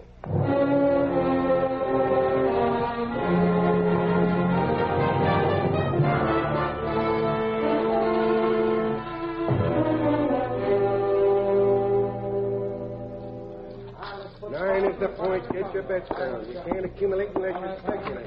Here he comes. Tom. Yeah, George. Oh, look. Johnny Hamilton just walked in the joint. Is he gambling? No. What'd he come for? See you. He's waiting outside now. Bring him in. All right. 5 and 2, it's a 7. Hey, Mr. Hamilton. Hey, the devil take the line. Come on in. You should have coming out of you, Darren. How are you, Mr. Caldwell? Okay. You're doing good business tonight. We'll break even. Want me to stick around, Tim? Yeah, might as well. You come to pay up, Hamilton? No. Look, if you want to settle for less than you're on the rim I for... don't want to settle. What are you bothering him for? He's a busy man. I'll handle it, George. Why'd you come here? I came to collect $5,000. Why? You owe us 5. I know. I want you to call that square and give me a bonus. Are you daffy? No. I figure it's worth $5,000 to you to avoid being tried on a charge of murder. What are you talking about? Remember the night that cop came out here to see you? The night I gave him the statement about you threatening me? Uh-huh. I drove out here with him. I was at the window when you killed him. I see. That's worth $5,000 to you and your friend here, isn't it? Well, it's worth something. Like what? Like this. Thanks, George. That pays him off.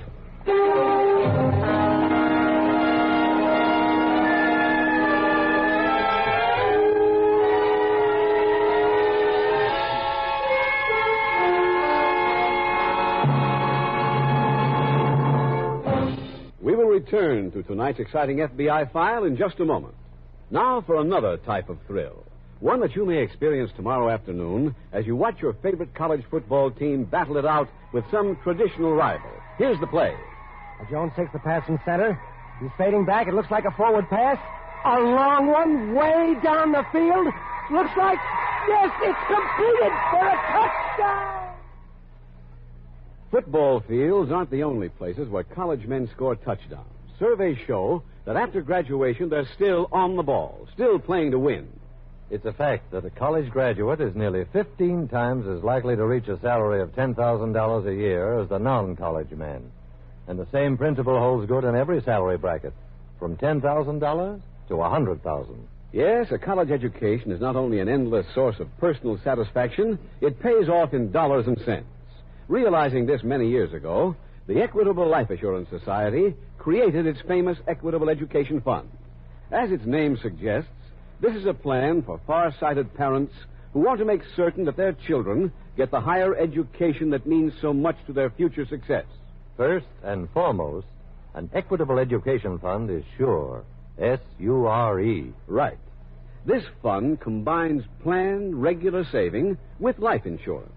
So, if the father dies or becomes permanently disabled, this plan makes it certain that his children will still be able to get the education he was ambitious for them to have.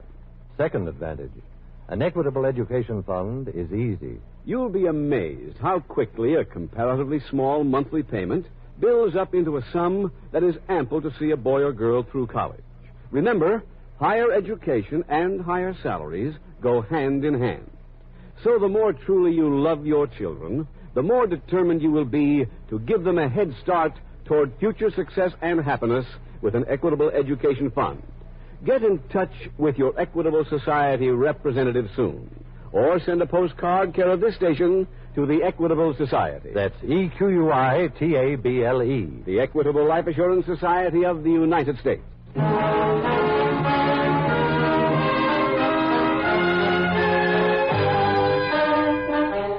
And now back to the FBI file, Dead Man's Tale.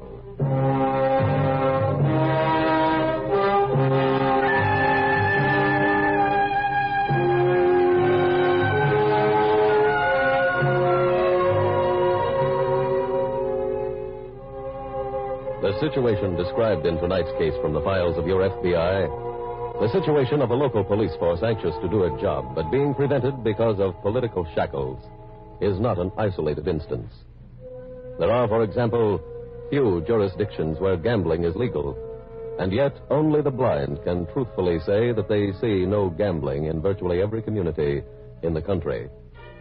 In a few such instances, the laws are inadequate or antiquated and should be rewritten to fit present-day conditions. In the overwhelming majority of cases, however, the laws are sufficient, but law enforcement officers are, to put it bluntly, restrained from functioning. Only one thing can free them to do their appointed jobs, and that is an aroused public. The Federal Bureau of Investigation does not imagine that any single individual can remedy the situation alone, but it does believe that something can be done. It's a big job, but it must be undertaken, and you, as an individual, can help start it and help see it through, can help clean up your city and make it the kind of place in which you're proud to live. You can help do it by cooperative effort, by working with other individuals who, by themselves, could accomplish little, but who, by a mass effort, can achieve your aim of seeing democracy at work, of seeing your local police function so that they can repay and build your trust.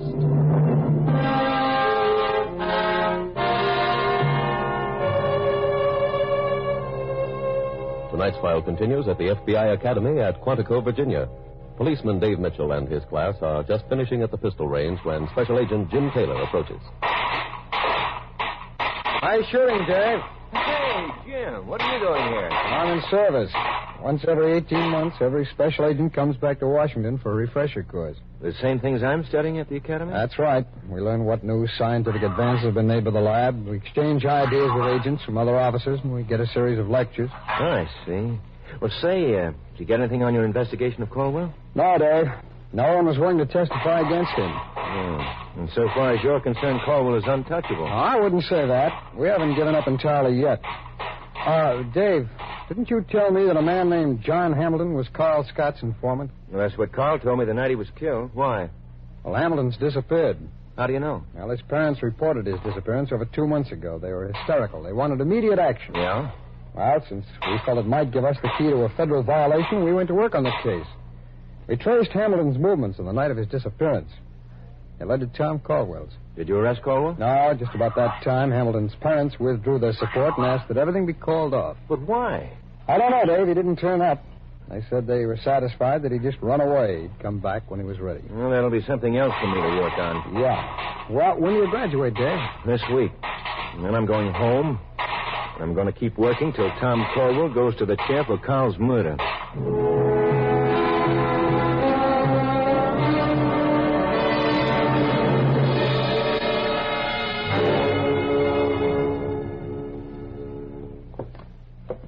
You want me, Tom? Yeah. Go down to the hall and see Frankie. Okay. Find out if he knows anything about a guy named Dave Mitchell. Who's he? He's a cop. He was just here. I think he'd like to make some trouble for us. Why? Yeah, that other cop was his pal. Oh. I think he suspects we killed him. Yeah, but he can't prove nothing. Might be able to prove something on Hamilton. Why? He's in the river, ain't he? His body ain't turned up yet, has it? Well, they ask a lot of questions about Hamilton. Have we seen him? Where was he? You know. You want me to see Frankie about? Have him check, see if they have anything on this guy. If they have? We'll get him bounced off the force. Well, what if he's clean? Then we'll bounce him ourselves into the river.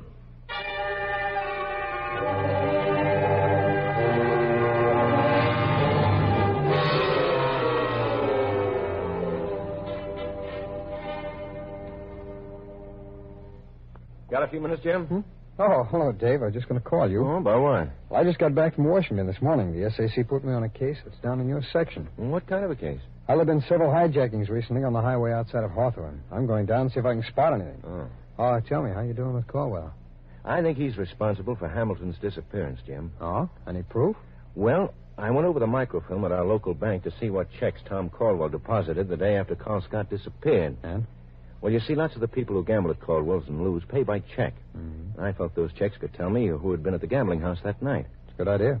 That's an investigative angle I learned at the academy. And it paid off? Yes, sir.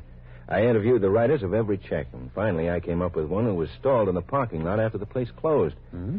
He saw a policeman knock on the door, and someone let him in. Well, that would be Scott. Yes.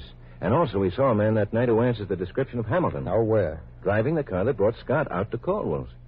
He says the man stayed in the car and waited. It was exactly 3 o'clock.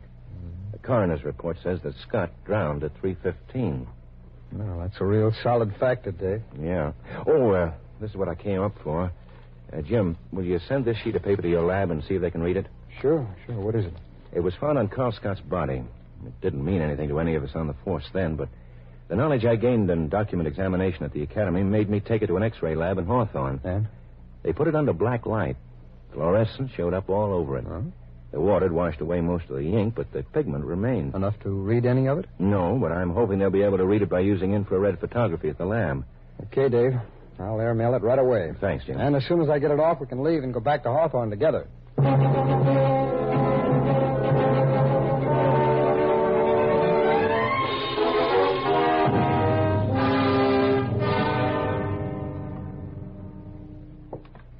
Jim, I just finished talking to your office. They gave me a report from the lab. They find enough to read on that paper? Yes, the infrared did the trick. Hey, great. It said, I'm giving this statement to policeman Carl Scott voluntarily and of my own free will. I do hereby swear that within the past 10 days, one Tom Caldwell, the owner of a gambling establishment, threatened... And that's all there was on that sheet of paper. Mm-hmm. Obviously, there was a second sheet that wasn't found on Scott. There's no signature at all on that page, huh? No. But from what Scott told me the night he disappeared, Hamilton had to have been the writer. Well, there's only one way to learn what was on that second page, Dave. Find young Hamilton alive.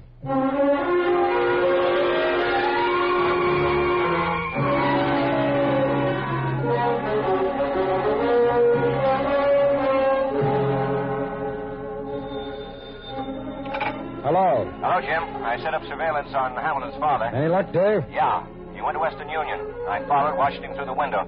I saw him take a pad of money order blanks, write out an order, and give it to the clerk. Did you find out who he sent the money to? No, I couldn't, but I've got the pad. See you back at headquarters.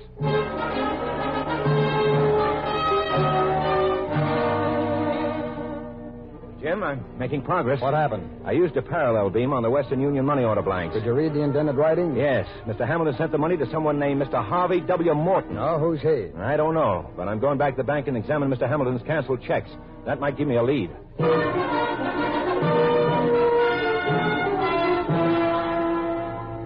Have there been any calls for me, Jim? No, Dave. I was hoping I'd hear from the police at Fultonville.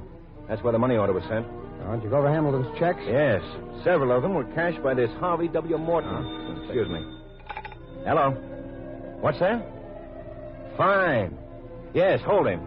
Well, looks like our luck is turning, Jim. Oh, why? That was the Fultonville police. They've located Harvey W. Morton, and they're holding him for us. And, Jim. Yeah? Morton is really John Hamilton.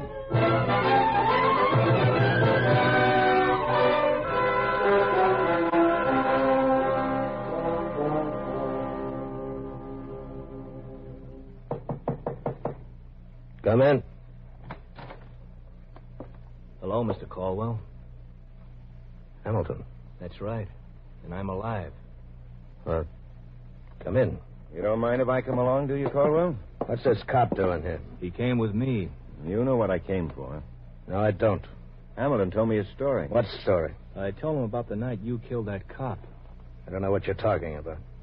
We have a witness who saw Hamilton drive Carl Scott out here that night. Who's your witness? You can find that out later. Right now, I've got a warrant here for your arrest on the charge of murder. I've got one for your friend George Walker, too. Where is he? Right here. Huh? Keep your hands above your head, copper. This gun goes off. Nice work, George. What do you want me to do with him? Finish the job on Hamilton and give the cop the same treatment. Stand where you are. Grab his gun, Tate. Right. Who are you? Special agent of the FBI. I've got a federal warrant here charging you with theft from interstate shipment. Right. But I think we'll turn you over to Officer Mitchell here and let you face the charge of murder.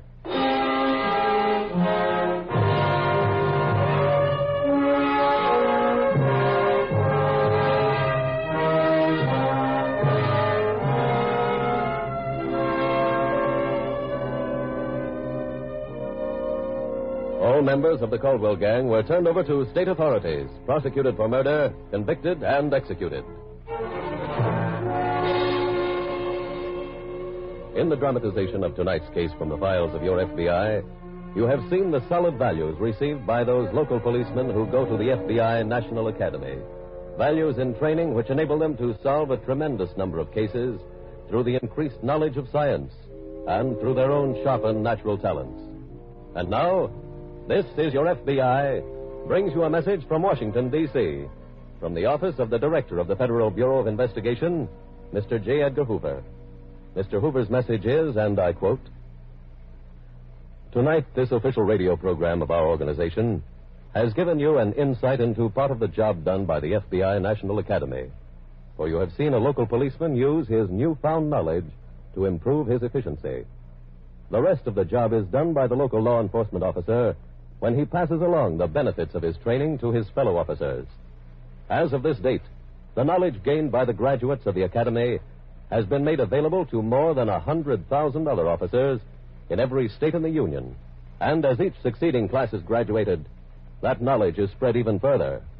The Federal Bureau of Investigation conducts this school because it believes that brain, science, and hard work are the most effective weapons against criminals, and because it teaches every special agent to use those weapons. It is now our hope that ultimately, through the FBI National Academy, every local policeman will learn to use those weapons too, and so will be better equipped to perform the job of every law enforcement officer, to protect you, the American people."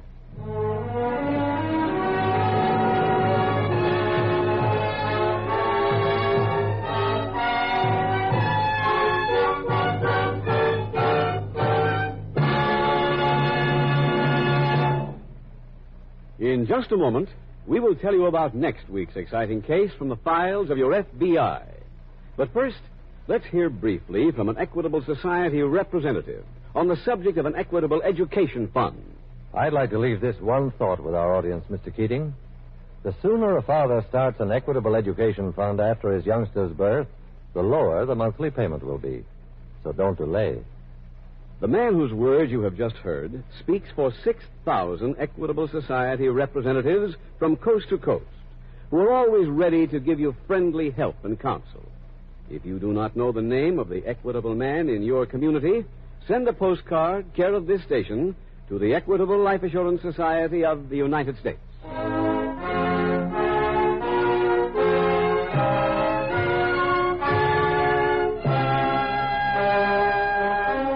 Next week, we will dramatize another case from the files of the Federal Bureau of Investigation.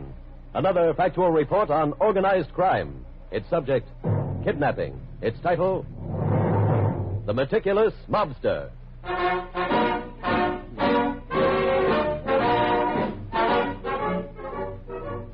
The incidents used in tonight's Equitable Life Assurance Society's broadcast are adapted from the files of the Federal Bureau of Investigation.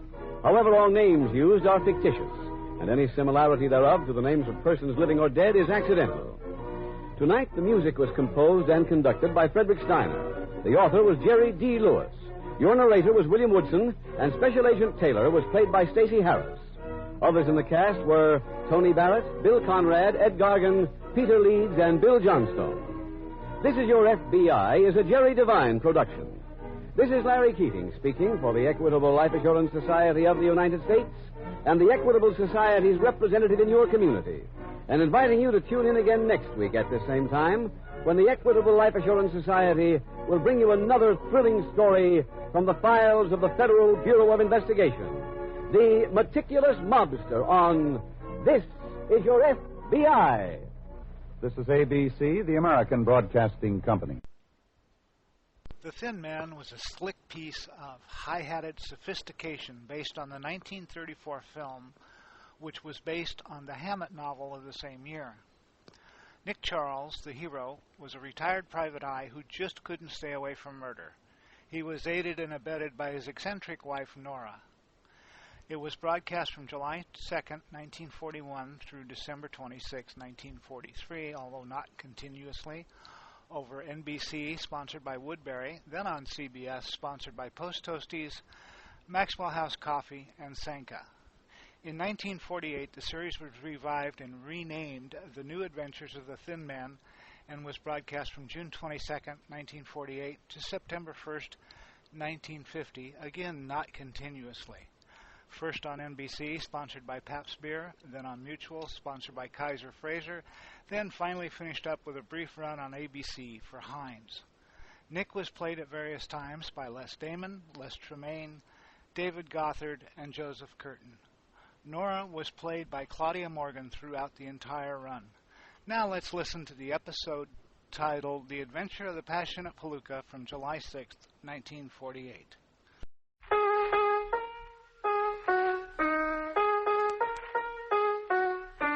No, Nicky, darling, that's not it. It isn't, Nora? No, it goes like this. 33 fine brews blended into one great beer.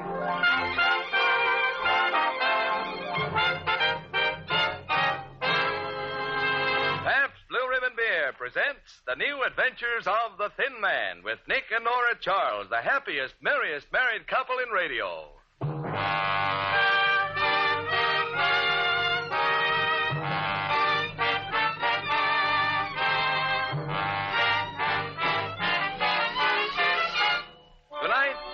Tuesday night at this same time, that international favorite Pabst Blue Ribbon Beer proudly presents the finest in summertime entertainment. So sit back, relax, and pour yourself a tall, foaming glass full of blended, splendid Pabst Blue Ribbon. While you listen to the stars of our show, Claudia Morgan as Nora and Les Tremaine as Nick, in tonight's adventure of the Thin Man, entitled The Adventure of the Passionate Palooka.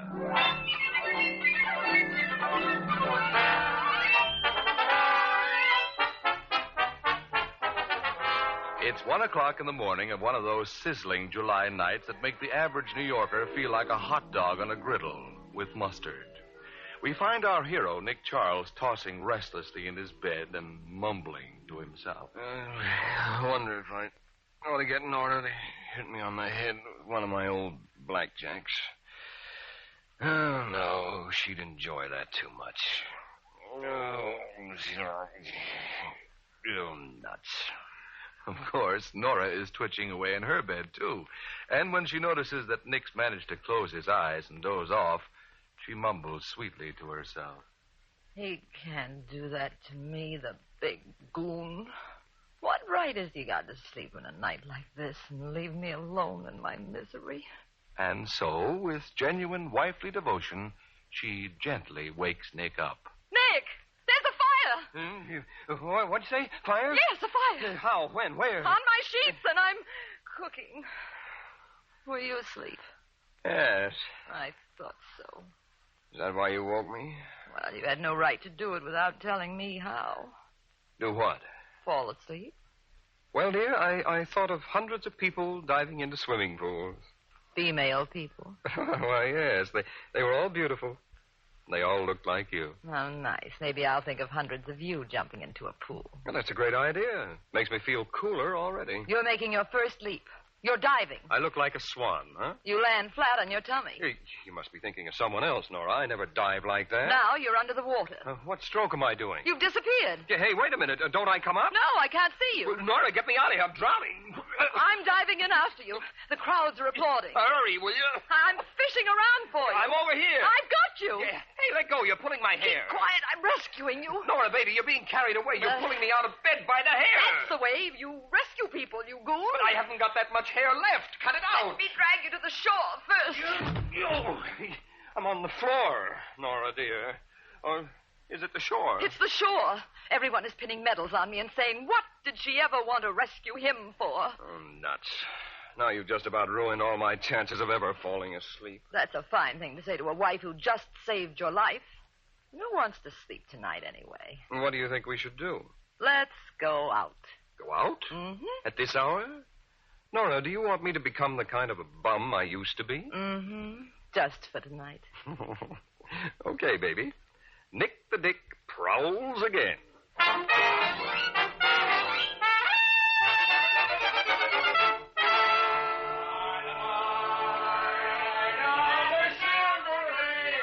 Nick, aren't you glad we came out? Look, the whole town's up. Yeah. And look what we're walking into, a band of serenaders. Hey, Bud, would you and your girl like to find a way to forget the heat? We certainly would, Mr.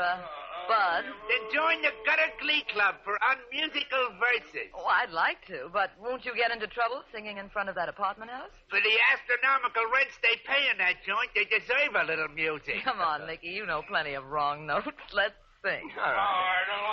By the light of the silvery moon. Hey, you troubadour, shut up! Stop it! Cease and desist! Hey! Who's breaking it up, Nora? The man on the seersucker who just ran out of the building. Go on, scram or I'll call the cops. The trouble with you, Bud, is you ain't got no joy in your heart. But I got 2 musical ears on my head. Go on, skedaddle, go on. Oh, Nick, there's a man who would put the harps in heaven out of tune. I think I know that guy. If you do, you shouldn't. He looks so grouchy, I bet he bites himself for breakfast every morning just to make sure he feels sore. Well, what are you waiting for? Contribution? Aren't you Scoot Skillet, the fight manager? Yeah, what if I get... Nick Charles, how are you? Where'd you get her? Oh, I figured I needed a manager, so I let her sign me up for life. Glad to know you, Mrs. Charles. Hey, say, Nick, you want to get a piece of something good? I'll sell you half of Atom Bomb Brickenhead for only $2,000. Well, who's Atom Bomb Brickenhead? My sensational new fighter who's meeting the champ tomorrow night.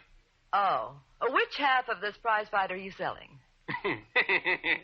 She's the educated type who don't know nothing about nothing, huh, Nick? I mean a half interest. Why should you want to sell before the big fight, Scoots? I need money bad. What do you say, Nick? No dice. What's wrong with Brickenhead? Yeah, this... How'd you guess? Because you wouldn't sell a half interest in the right time if you could make a buck at it. Well, then maybe you can help me. Listen, the atom bomber just ain't himself. Nobody can find out what's eating him. Being as you're a detective, maybe you can find out, Nick. Where is Mr. Atom Bomb? Upstairs. Well, just what's wrong with him? Even the doctors can't find out. They says it's all in his mind. So I calls in a mind specialist, a head doctor. And you know what he tells me? What? That the atom bomber ain't got no mind. And this information cost me $25 an hour. Well, of course we'll help you, Mr. Scoot. Come, Nicky, let's meet this mindless wonder.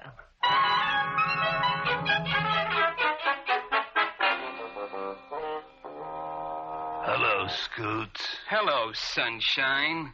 Bomber, I want you to meet Nick and Nora Charles. Oh, cheers. Hello, Mr. Atom Bomber. What's this cheers business? I heard it in a movie. It seemed so debonair. Oh, I'm so unhappy. Bomber, suppose you tell us what's bothering you. Nothing. Except I'm miserable. Why are you miserable? Because I'm unhappy. But why are you unhappy? Because I'm miserable. See, it's a vicious cycle. Oh, me. But, Bomber, there must be some reason why you're groaning like a sick cow. I wish I was a cow. Well, you got the voice for it, but your figure's wrong. Yeah, there's a catch to everything, ain't there? Just a second. Why do you wish you were a cow? Why not? I wish I was anything as long as I ain't me. But what's wrong with you? Nothing hurts me nowhere, Doc. Listen, no mind. These ain't doctors. They're detectives. I thought they might help you. Well, nobody can help me. Not even Betty Gray. Detectives? Did you say detectives? Why, yes. Detectives. Look, Nick, he's coming to life. He don't look dead no more. He looks dumb, like he used to be. Scoots, leave me alone with these two people. I gotta talk to them alone. What's the matter? You don't trust me no more? No, but I'm temperamental. I'm trained to a fine point. Nervous and high-strung, like an underbred thoroughbred. You are? I know I am because I read about me in tonight's sports page. Now, leave me alone with him. Okay, Bomber. Nick, Nora, you're the only two peoples in the world who can help me. Can we? I didn't want to tell no one before because no one thinks I got any brains, which is true. You see, Nick, it's JoJo. I love JoJo. Well, what happened to JoJo? She's gone. She left me. Why? I don't know. I always treated her good. I never even kicked her. Not even once. How sweet of you. I never even kept her chained up. Hey, maybe I should have chained her up, huh, Nick? Well, there are two schools of thought about that, but it's good for some females. Yeah. Whenever she got hungry, I always threw her a bone. Well, how generous of you. What's that? What kind of a dame are you in love with? A high-class kind, of course. Who eats bones? Lulu don't eat bones. She eats caviar. Lulu? But we were talking about JoJo. How many people do you love, Mr. Attenbomber? Just 3. Me, JoJo, and Lulu. Now, let's take them one at a time. Who's JoJo? Just the most beautiful mongrel dog I ever found in an alley, that's all. And I love her. When did the dog disappear? On the night I fought with Lulu. Oh, Lulu's a prize fighter. No, but she should be with the right she's got. Lulu is a girl. JoJo is a dog, and me, I'm a rare phenomenon. You are? That's what the doctor said I was. Nick, Nora, promise me you won't tell nobody what's wrong with me. Not even Scoots. Why? Well, if everybody knew how I felt about JoJo, they'd think I was dumber than I really am. Can I help it if I love dogs? We'll keep your secret. And now, will you find JoJo for me? How can I win the World's Championship tomorrow night, knowing JoJo is walking the street with no one to scratch her fleas? Look at me.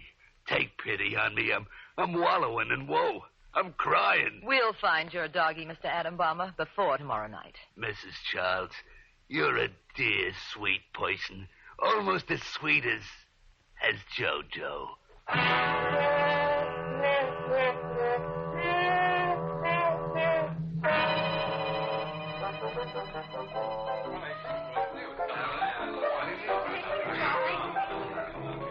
Nicky, darling, what makes you think we can find a dog in a nightclub like this? I mean, a dog who not only bites, but barks. Beautiful. Have you ever heard of Banana Nose Norbert? Is it an ice cream sundae or a relation of Jimmy Durante? He's the guy who owns this dive, and he practically runs the underworld of this town. We became friends when I sent him up the river years ago. Nick, you promised me that we were going to live in the upper world from now on. I was afraid you'd object. That's why I brought you here before I told you the reason. Nora, baby, it isn't as if this was a detective case or something, but do you think that dog disappeared by accident? You mean the poor pooch is the victim of dog snatchers? Well, do you think smart gamblers would stop at stealing a dog if they knew the effect it would have on the atom bomber? Hello, Nick. Waiter said you wanted to see me. Oh, Banana Nose. This is my wife, Nora. Well, wonders never cease. You're the first guy who ever came into this joint with a beautiful tomato that he was actually married to. Why, thank you, Mr. Banana Nose. You don't mind that I called you tomato, Mrs. Charles? No, if you don't mind my calling you Banana Nose. Nah. Banana Nose and tomato. We ought to get together and open a vegetable store. That's very funny. Listen, Banana Nose. I'm looking for the pup that was stolen from Atom Bomb Brickenhead. Oh, yeah? Why? We promised to return him. Without that dog, Mr. Attenbomb is so depressed he'll hardly be able to fight tomorrow night. Oh. So that's why the odds went down against him. You know, Nick, a few weeks ago, the experts figure him to beat the champ. He will beat the champ if he has his doggie. And if he does, someone named me can clean up a load of loot. Nick, your worries are over. They are? Just tell me what the pooch looks like, and by tomorrow morning, you will have that dog in your apartment for breakfast.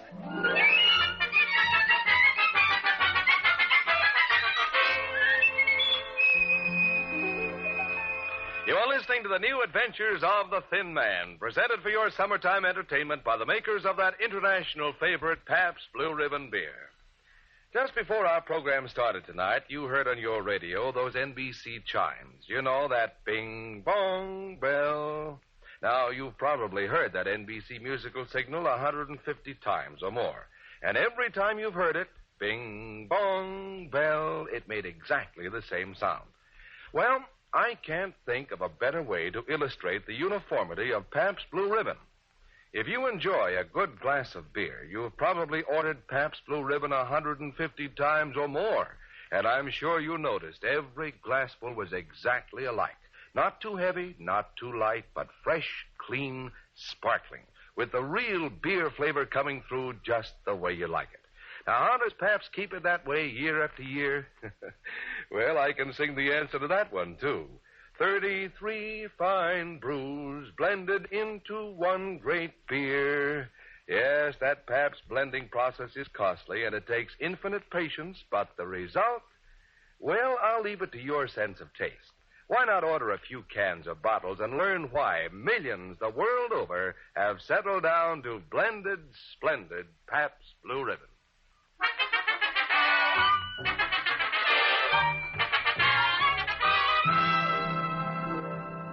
Relax, and let's catch Act 2 of tonight's Thin Man adventure.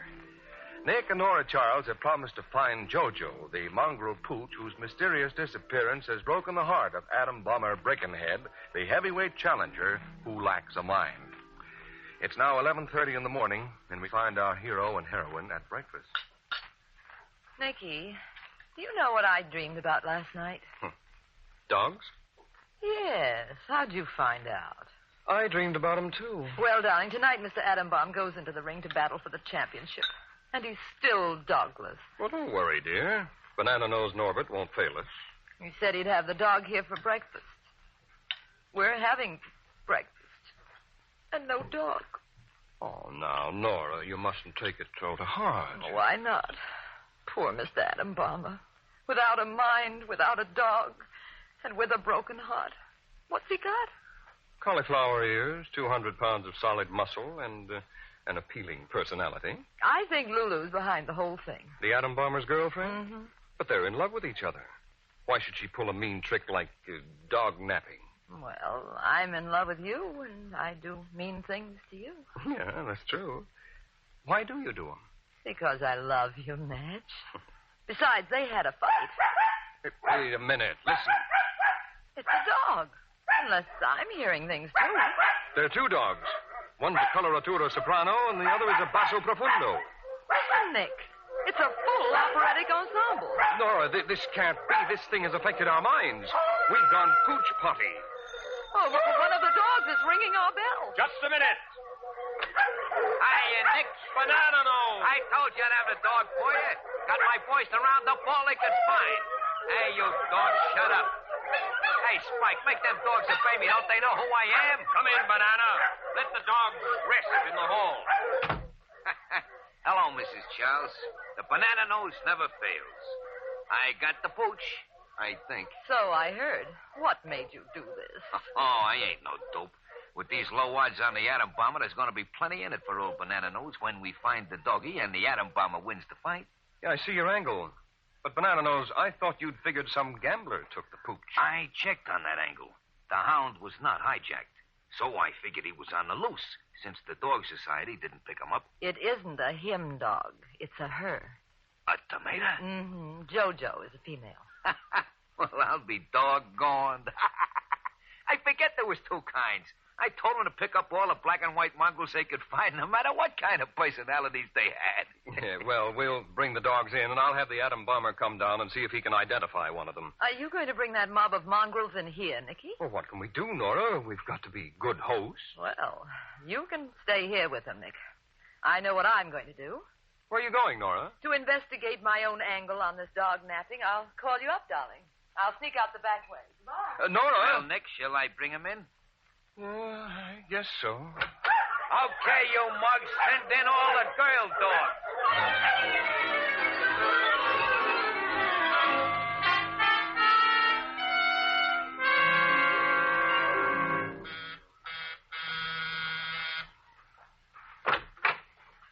Good evening. Good evening. Are you Miss Lulu Laverne? I am she. Well, I'm Mrs. Nora Charles. Pleased to meet you, I think. Entree. French. That means come in and also something expensive to eat in high-class continental dumps. It does? Yeah. Are you interested in culture? I suppose so. Culture's my latest passion. Well, I thought Mr. Atom Bomb Brickenhead was that. Oh. What do you know about it? He told me about you, Lulu. He did he? Mm-hmm. Well, whatever he said, it's a foul and delicious canary. You mean malicious canard? Oh, trying to out-culture me, are you? No, Lulu. I'm just trying to find Mr. Atom Bomber's dog. Well, what did you come here for? Do I look like a dog catch? Don't answer that. Lulu, all day long, poor Mr. Atom Bomber's been trying to identify his dog. Hundreds of dogs have been brought to my house. So far, his hasn't turned up. Not even one of them pooches is Jojo? Not one. If he goes into the fight without Jojo, he'll just be killed. That's great. I know you took the dog. Oh, so I'm a dog thief now. The doorman of this apartment house saw you with the dog. And after the tip I gave him for Christmas. But he didn't see me with Jojo. He saw me with my own dog, Chi-Chi. He saw you with two dogs. That must have been the night he seen me with the atom bomber. The atom bomber isn't two dogs. He is so. You don't know him as good as I do. Lulu, you just say those things because you had a fight with him. Sure. Can you give me a better reason? And on the day you had a fight, you took the dog out for a walk, and you told him she ran away. She did. Why? Because we girls just didn't get along together. And besides, no man should love another female as much as he loved that dog, even if she has got a better pedigree than I got. Lulu, you're jealous of Jojo. Me? Jealous of a pooch? What's she got? Dog skin. I got mink. Lulu, you know where that dog is, and I'm going to see that you return her. You can't scare me. Hey, who are you calling? My husband. He'll make you confess. That's unfair. You can't turn a man loose on me. You can see I'm the type that men can melt. Nick.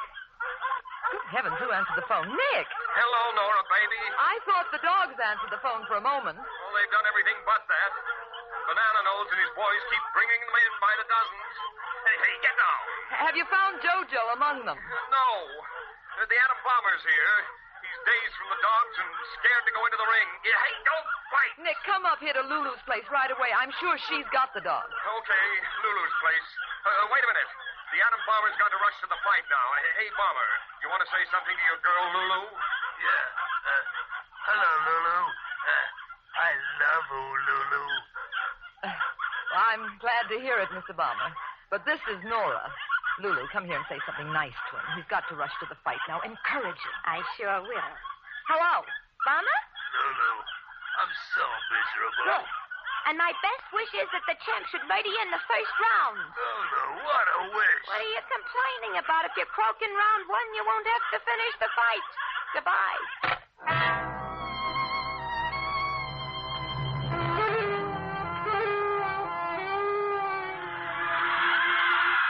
Well, folks, we're at the end of round 2 of this television broadcast of the World Championship fight. And the atom bomber has covered the champ with blood.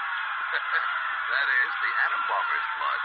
Lulu, Nora and I have brought you to this beer parlor to see what you've done to the poor atom bomber. Yes, Lulu. Look at him. He looks terrible. That's the television set. It ain't perfected yet. Folks, as you look at the face of the atom bomber, don't think your television set is broken. It's just what the champ did to him. Oh, boy, he's really a mess, ain't he? There's the bell, folks, and we're off for another round of slaughter. Here comes the atom bomber. He dived right into the champ's right. Oh, stop him back, Bomber. The bomber's tired of the champ's right, so he's aiming his head at the champ's left. Oh, the poor Bomber. Nick, she's breaking down. I can't bear to see his ugly face falling like that. All right, I'll give you the proof. She's in a dog hotel on a honeymoon with my dog. Come on, I'll show you where.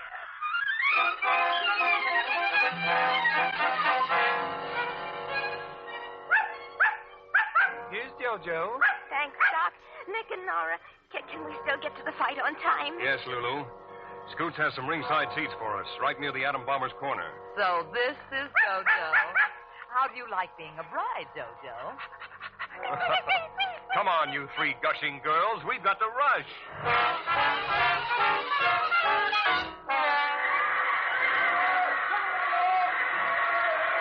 We got here in time. Look, the bomber is still alive. Yes, he's resting between the rounds. Nora. Yes, dear. You sit here with Lulu. I'm going to take Jojo to the bomber's corner. All right. Hey, Scoots. Bomber, look what I've got here. Hey, Scoots.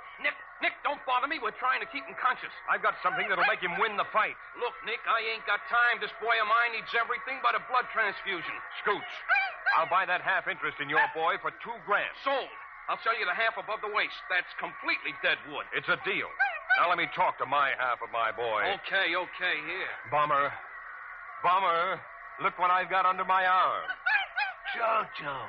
My little doggy Jojo. Yes, your girl Lulu had her. She took her because she thought you loved her more than you loved her. That ain't true. I love my dog just as much as I love my girl. And Lulu loves you, too. And there she is. She came here to watch you win the championship. Lulu, Oh, boy, I'm going to kill that champ. I'm going to murder him. My fighting spirit is returned. Nothing can stop me now. Okay, I'm going back to our seats. Go in there and win, Bomber. Nick! I'm coming, baby. Did you tell the bomber what happened? Yes, Nora. Did it do any good? Good. You just watch, Lulu. As soon as he saw you and the dog, he was practically resurrected. Resurrected? Is that good? It's going to be sensational. There's the bell. Look at him go. Knock him in the head, Bomber. Give him the old one, too. Oh, boy, there goes the bomber. Look at him swing. Yes. Look at him miss. Look at him receive that wallop from the jib. Look how nicely he falls. Get up, bomber. That's right, Bomber. Stay there and take a nice rest. Take a rest, Bomber. He isn't resting, Nora. He's Don't unconscious. be silly. He's being smart. Get up, Bomber. Jojo, bark at him. Inspire him. Nora, he was knocked out. But that's impossible. We did everything like they do in the movies, and it never ends this way.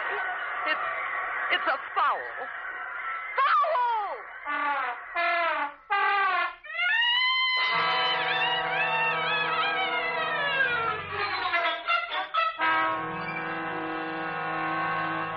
Well, I'm afraid the bomber is down for the count.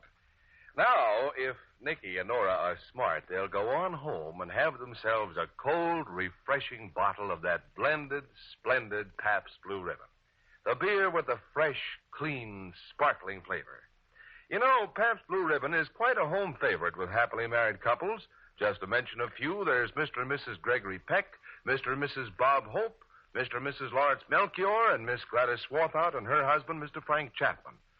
Now, these people can certainly afford the best of everything. And the fact that Pabst Blue Ribbon is served in their homes is a tribute to its quality. I could tell you about Pabst's 104 years of leadership in the art of brewing and explain how Pabst developed the science of blending.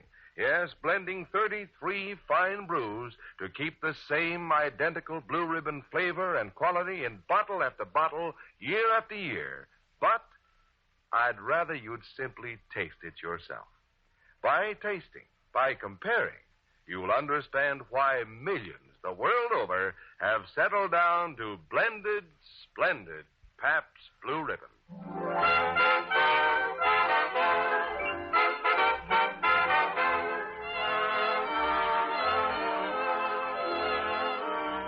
And now for the conclusion of tonight's Thin Man adventure.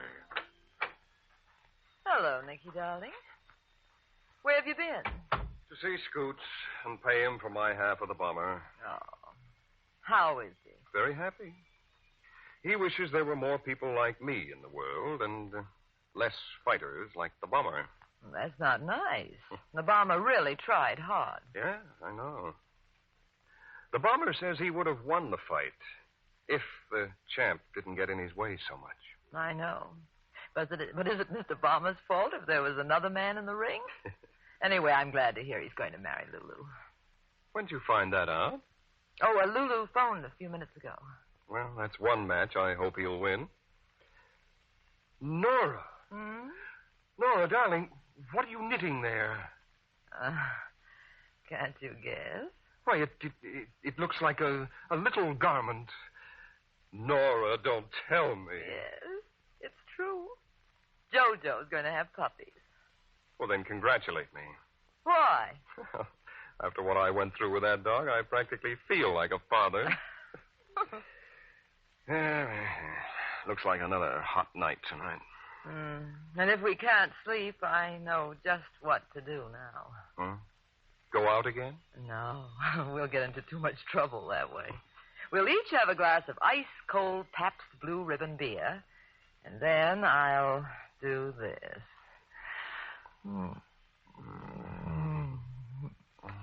And say, good night, Nicky, darling.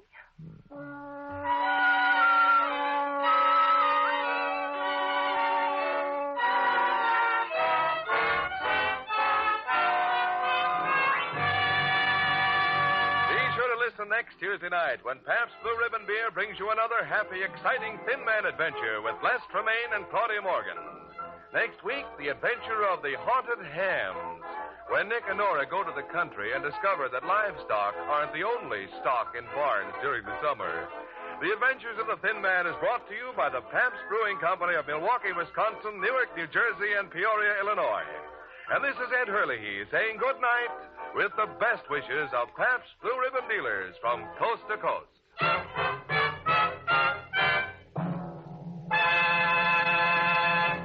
And friends, now that summertime is really here to stay for a while, you'll be planning more and more hot weather meals. You know, an appetizing platter of cold cut, sliced ham, turkey, corned beef, potato salad, and, of course, plenty of Pabst Blue Ribbon, nicely chilled in cans or bottles. Better order a good supply today, just so you'll have it in your refrigerator when you get that thirsty feeling. Be sure it's Pabst Blue Ribbon. Blended, splendid. Pabst Blue Ribbon. This is NBC, the National Broadcasting Company.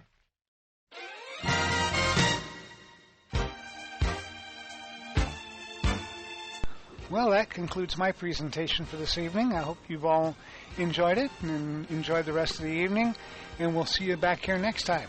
Have a great evening, everyone.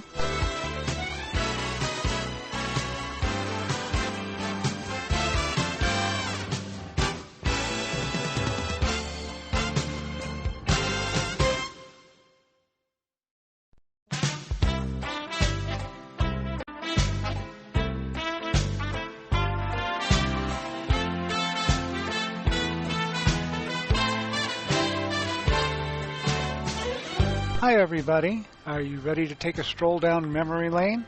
Got some great programs on tap for you here tonight.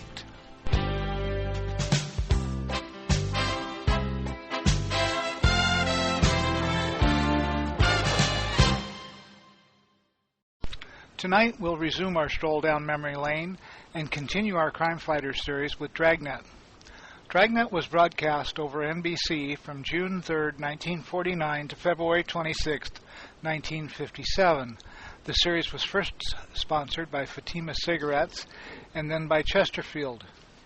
In the 1955 to 57 portion of the run, it had multiple sponsors. The series starred Jack Webb as Sergeant Joe Friday of the Los Angeles Police Department and Barton Yarborough as his partner, Sergeant Ben Romero. Barton died unexpectedly on December the 19th, 1951. Because of this, Friday received a new partner, Ed Jacobs, played by Barney Phillips. Ben Alexander assumed the duties of Friday's partner, Officer Frank Smith, beginning with the 1952 fall season and continued into television. Tonight we will listen to an episode from the first season, Secondhand Killer, from October the 6th, 1949.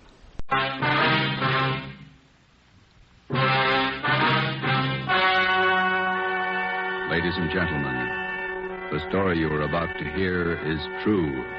Only the names have been changed to protect the innocent. Fatima Cigarettes, best of long cigarettes, brings you Dragnet.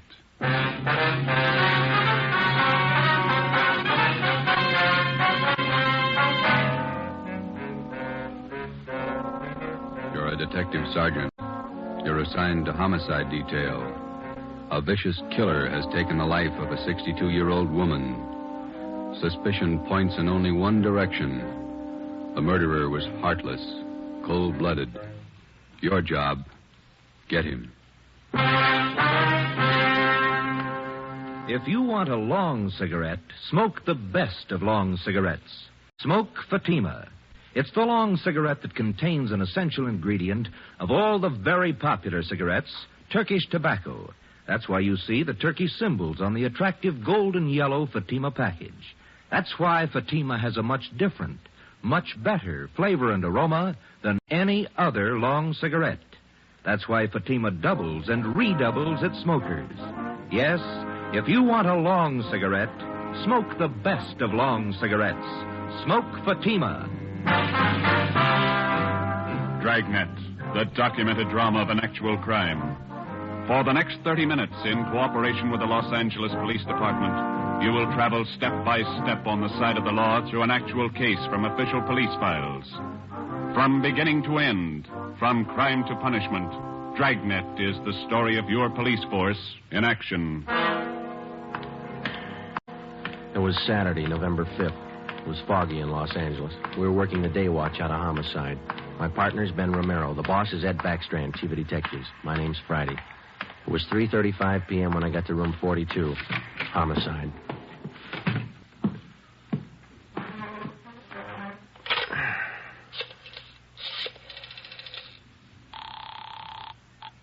Long distance. This is Friday in Homicide. I'd like to place a call to Mr. Frank Renard in Murphy, Idaho. The number's 761. Frank Renard, Murphy, Idaho, 761. Yeah, that's right. The call's been cleared with the business office. All right. Do you want me to call you back, Sergeant? No, I'll hang on. Okay, I'll place it for you.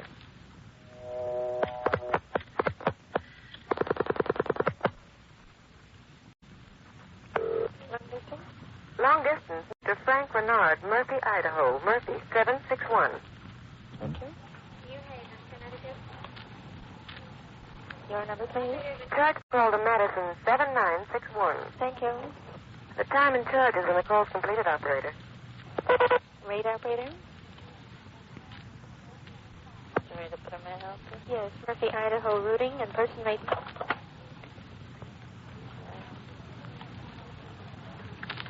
Tuesday, NAMPA, NASA. Hi. Operator, the number is 4C. Hi. 160 plus. 160, thank you. Welcome. Through Boise.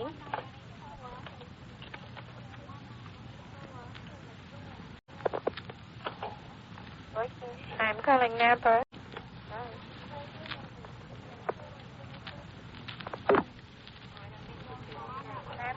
Murphy, 761. Thank you.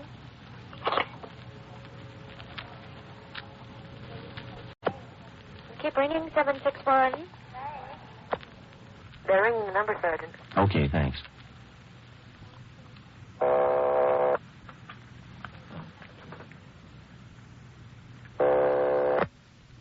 Hello? Mr. Frank Renard, please. Los Angeles calling.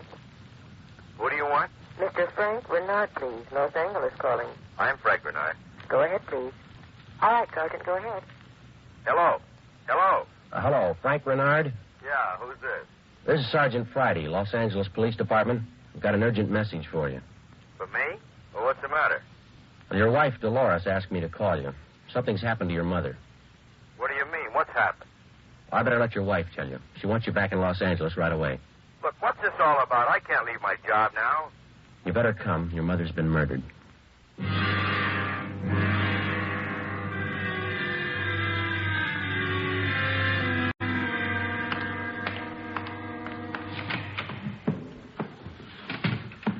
Talk to the skipper, Joe. He's on his way in. That's good.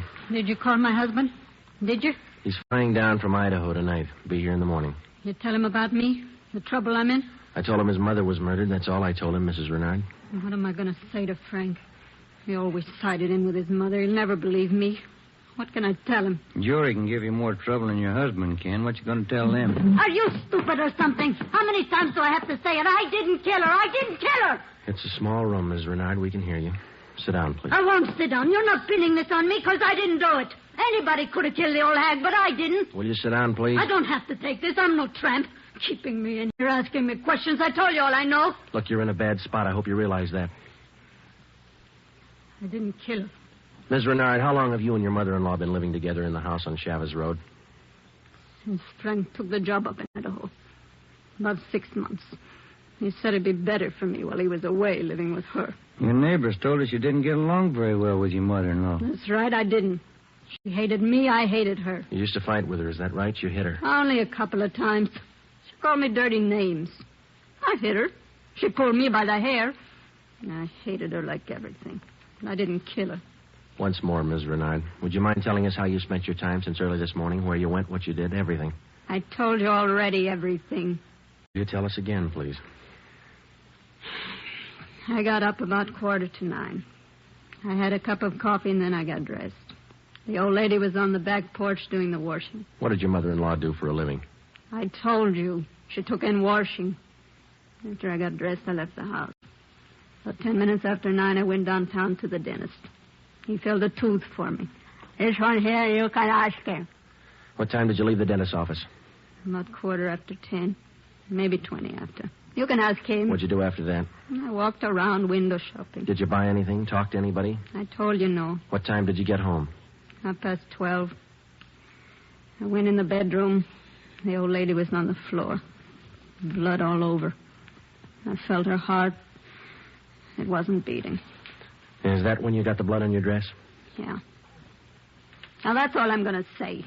3 times I told you the same story already. And you still can't account for your time between 10:20 this morning and the time you found the body and called the police at 12:30. I told you I left the dentist. I went window shopping, then I walked home. And that time you didn't talk to anyone and no one saw you. Lots of people saw me. People on the street downtown. I'm no tramp. I don't talk to everybody. None of your neighbors saw you come home, Ms. Renard? Of course they didn't see me. I cut across the back lot up from San Jose Avenue. I came in the back way. The lady who lives next door to you. She says she was in the backyard about noontime. She stayed there till after 1 o'clock. She didn't see you come in the back way. And she's a liar. She's a dirty liar. You and your husband took out an insurance policy on your mother-in-law last year. Is that right, Ms. Renard? Sure it is. What of it? $5,000? Yeah, so what? You know a man by the name of George Martino? No. You better tell the truth, Ms. Renard. All right, so I do. He's a friend of mine. You've been running around with him since your husband's been away. None of your business. I do what I want. Your mother-in-law found out about Martino. That's what you fought about most of the time. Oh, she was crazy. He's a friend of mine, that's all. Are you telling the truth, Ms. Renard? Martino's a boyfriend of mine. I told you, that's all. Your mother-in-law found out you were running around with him. She warned you if you didn't shake Martino, she'd write your husband. You said you'd kill her if she did. That's a lie. That's what your mother-in-law told one of the neighbor ladies. And I said it just to scare her. One night I was drinking. We had a fight. She was yapping at me all night. I said it just to scare her. But she wrote the letter anyway. And that's what she said. But I didn't kill her. You had the time, the motive, and the opportunity. It wasn't me. I didn't kill her. Interrogation room, Friday. This is Brennan, Joe. Yeah, Bill. Where are you? Santa Monica. Picked up George Martino.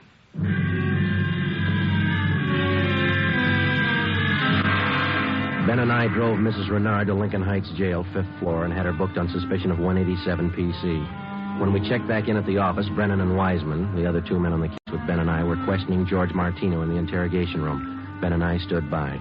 Martino admitted only 2 things. He had been running around with Mrs. Renard since her husband left town, and he had heard Mrs. Renard express a desire to do away with her mother-in-law.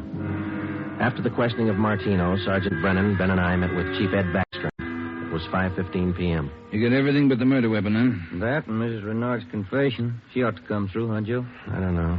She's scared, but she's still got a smart mouth. What about Martino, Brennan? You think he had a hand in it? I don't think so. We spent most of the afternoon talking to him. He hasn't got the guts. We took a statement. And does he have an alibi? Solid. What was the cause of death? Strangulation, multiple fractures of the skull. All the motives are with Mrs. Renard, Chief. Pretty clear-cut job. No evidence of robbery or burglary, I guess. A couple of dresser drawers in the bedroom were emptied on the floor and clothes tossed all around. Pretty obvious plan to make it look like burglary. Maybe. We found 3 $1 bills in plain sight. They were on the floor near the body. If a burglar went through this stuff, he wouldn't have missed that money. And it shouldn't be too much trouble tying it up. Shouldn't be, Skipper. Friday and Romero, you follow the case through. Just a minute. Hello, Backstrand. Yeah? What? All right, I'll send him over. Lee Jones. Just finished checking the evidence at the crime lab. Yeah? He thinks Mrs. Renard's innocent.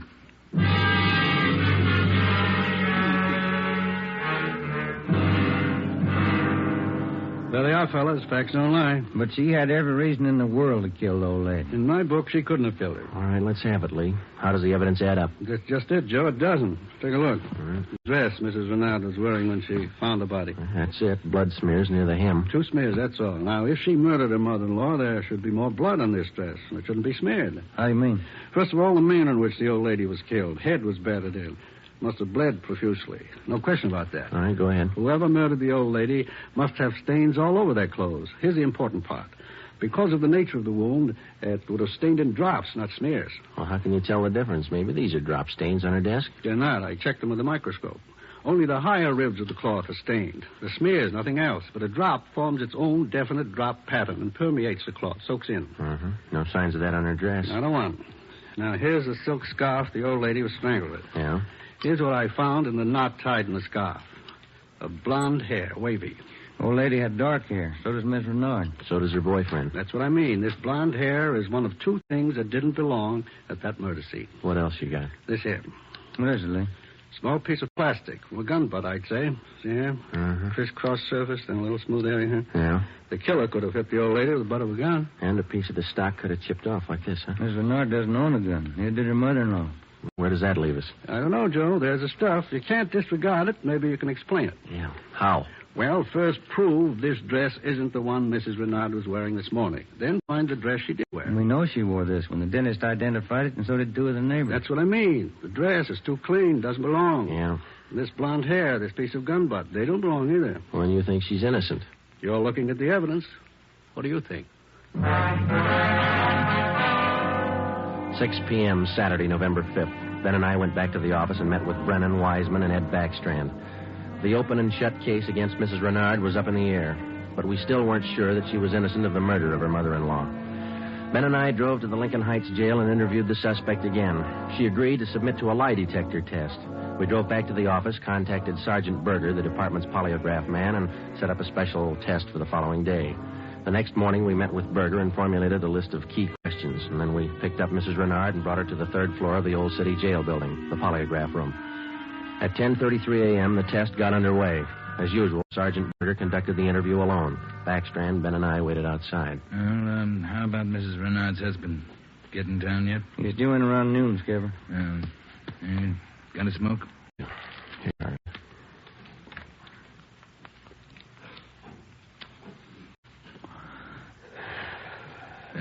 Thanks. What time is it now? 11:25. Here's Berger now. That's it, Ed. What'd you get? I can study the chart a little more. The results are pretty well defined, though. How's it look? No reaction to the key questions. What's your opinion? I don't think she did it.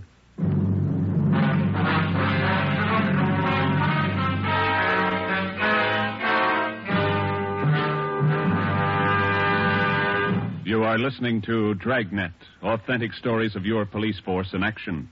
And in leading magazines this week, you'll see this authentic story. Headline: Fatima's sensational growth sets a record for long cigarettes. Then you'll read the actual reasons smokers give for changing to Fatima. Fatima is different. It's mild and has a wonderful flavor.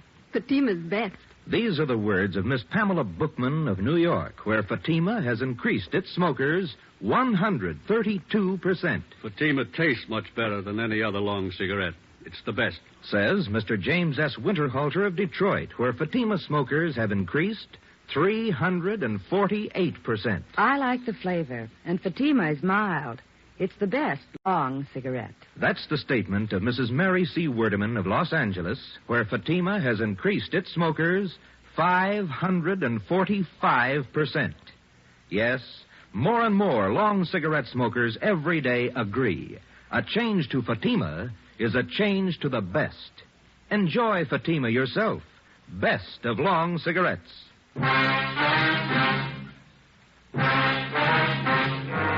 8 a.m., Monday, November 7th. Mrs. Renard was released from custody. We questioned her husband, Frank Renard, briefly. He could tell us nothing more than we already knew. Brennan and Wiseman were called back on the case, and together the four of us started over again from the beginning.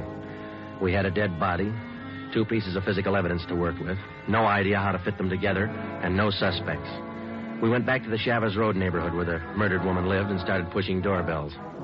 We canvassed the neighborhood for 3 days, and we uncovered one slim lead.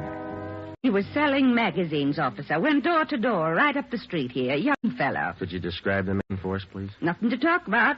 Pasty face, pimply complexion, blonde hair.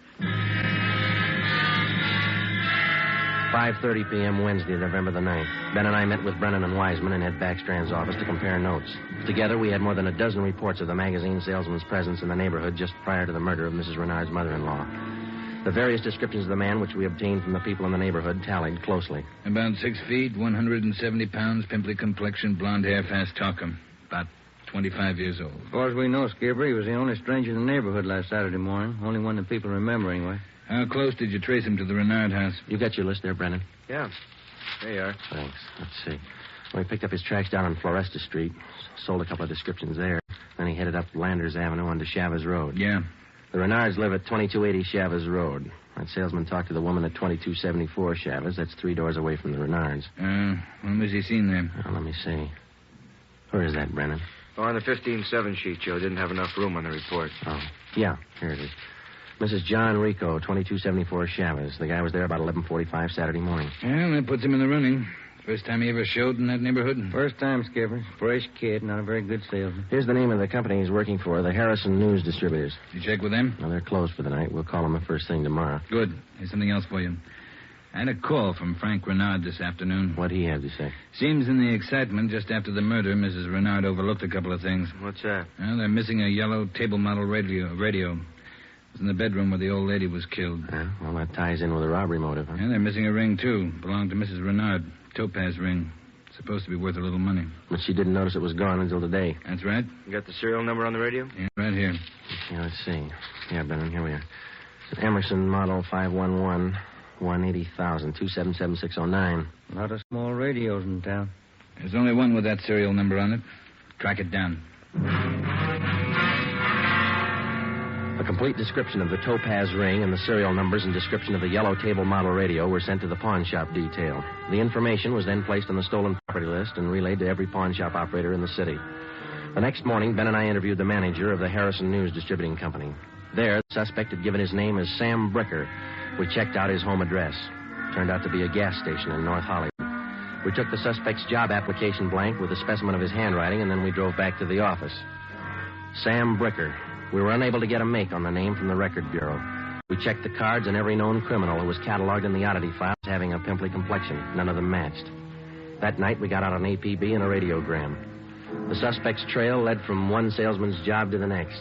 On his last job, he gave his name as Albert Berry. His address is 1430 Palo Alto Drive. That was in the Echo Lake District. Ben and I drove out to check it. 1428, 1430. There it is, Joe. Yeah. At least it's not a gas station, huh? Come on.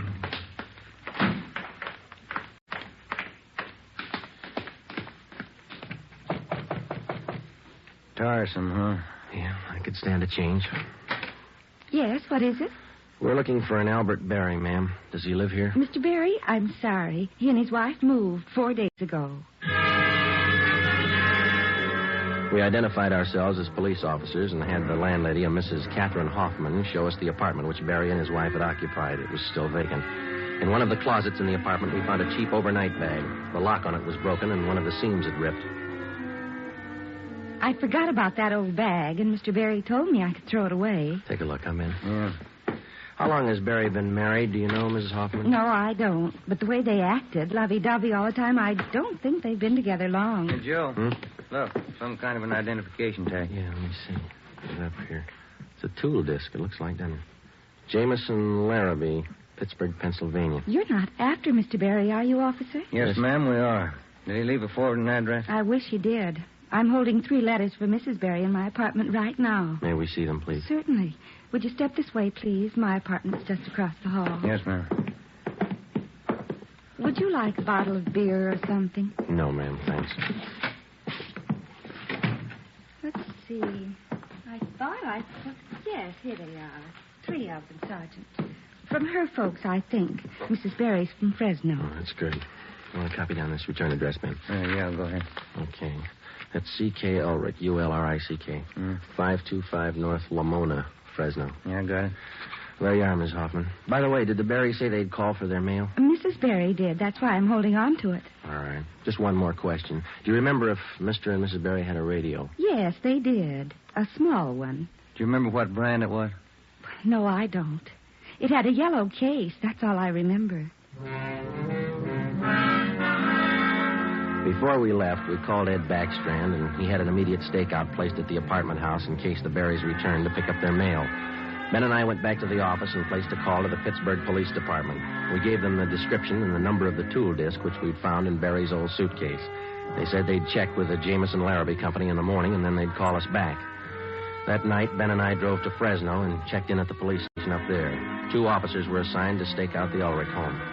We interviewed Mr. Ulrich, who identified himself as Albert Berry's father-in-law. He told us his daughter had married the murder suspect 8 months before, and he gave us pictures of Berry taken at the wedding. Ulrich told us that he'd catch a Santa Fe train out of Fresno the next morning. He wanted to be in Los Angeles to take his daughter home when Berry was apprehended. It was almost 2 a.m. when Ben and I left Fresno and started back for Los Angeles. We checked in at the office at 10 minutes past 8 the next morning. At 8:35, the call came through from the Pittsburgh Police Department. What did they say, Joe? It was a tool disc, all right. Jameson Larrabee Company, issued 18 months ago to one of their workers. They give a name? Albert Berry. 11 a.m., Monday, December the 5th. 1 month to the day since the 62-year-old woman had been beaten to death. The pictures of Berry and his wife, which had been taken at their wedding, were printed up in wholesale lots and distributed to all points. Mr. Ulrich, Berry's father-in-law, arrived in town and got himself a hotel room. We waited. There was no report from the stakeout at the apartment house. We checked back in at the office at 5 minutes to 1. I'll get it. Homicide, Friday. This is Mr. Ulrich, Sergeant. I just got a call from my wife in Fresno. I thought you'd want to know. What's that? The wife got a letter from Norma. They're living in South Pasadena, an apartment. You got the address there? Yes, sir. That's what the wife called about. It's 134 Norway Terrace. When was the letter mailed, do you know? Wife said it was postmarked December 3rd, day before yesterday. Get your coat on, Ulrich. We'll be right over. Ben and I picked up Mr. Ulrich at his hotel and drove to the South Pasadena address. Barry and his wife had the apartment on the top floor. Neither of them were at home. The landlord let us in with a pass key. In the bedroom, we found a small yellow radio. We checked the serial numbers. They matched. It was the same radio stolen from the Renard house. In the bedroom closet, we found 2 suitcases. We checked through them. Nothing in this one, Joe. Here we are. Look at these. What are they, Sergeant? A pair of plastic gun butts. Let's see, Joe. One of them's been chipped, see? Sergeant, somebody coming up the stairs. All right, let's get in the living room. Be quiet.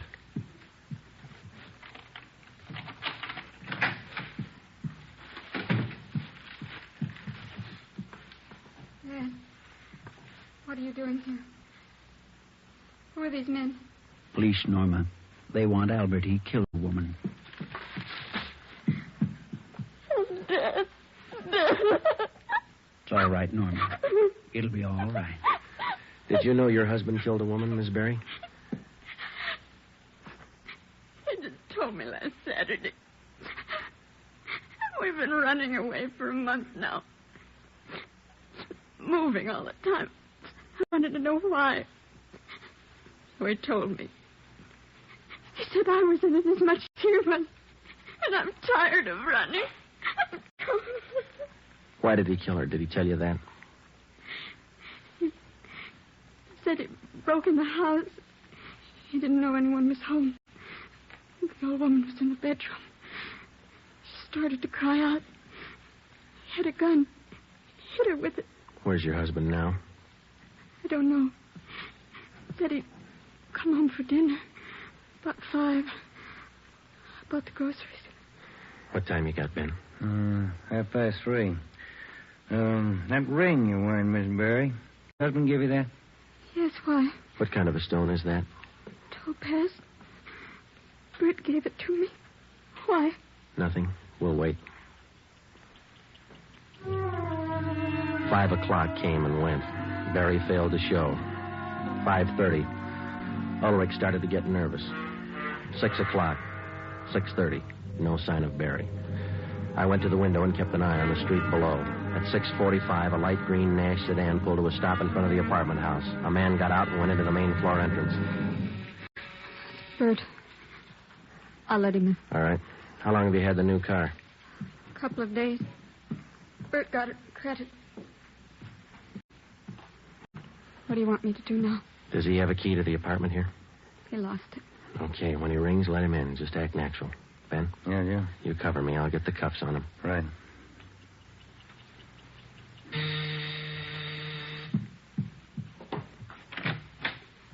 Hi, Bert. Look out, Joe! All right, drop it, Barry. Okay, Ben. Yeah, he's fast with a gun. Nice looking, isn't he, Sarge? You'd never think he'd kill anybody. Come on, let's take him in. I love him. I still love him. But you're a cop. You wouldn't understand. That's right. I wouldn't understand. I'm a cop.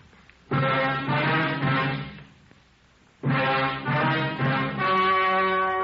story you have just heard was true.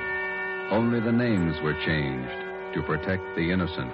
On February 16th, 1947, trial was held in Superior Court, Department 82, City and County of Los Angeles, State of California. In a moment, the results of that trial. Earlier tonight, you heard the reports of amazing increases in Fatima smokers from New York to Los Angeles.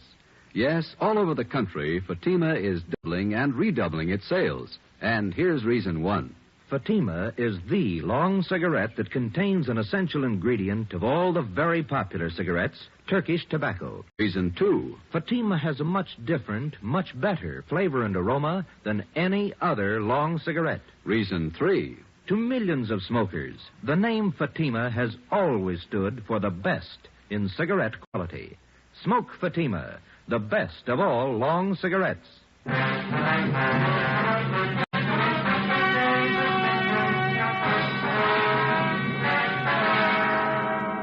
Albert Ralph Berry was tried and convicted of murder in the first degree.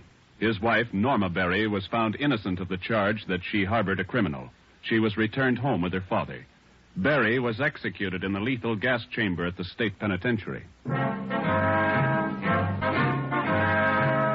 You have just heard Dragnet, a new series of authentic cases from official files. Technical advice for Dragnet comes from the Office of Acting Chief of Police, W.A. Wharton, Los Angeles Police Department. Tonight's program is dedicated to Private Hubert W. Estes of the District of Columbia Metropolitan Police Department, who, on the night of May 16th, 1947, gave his life so that yours might be more secure.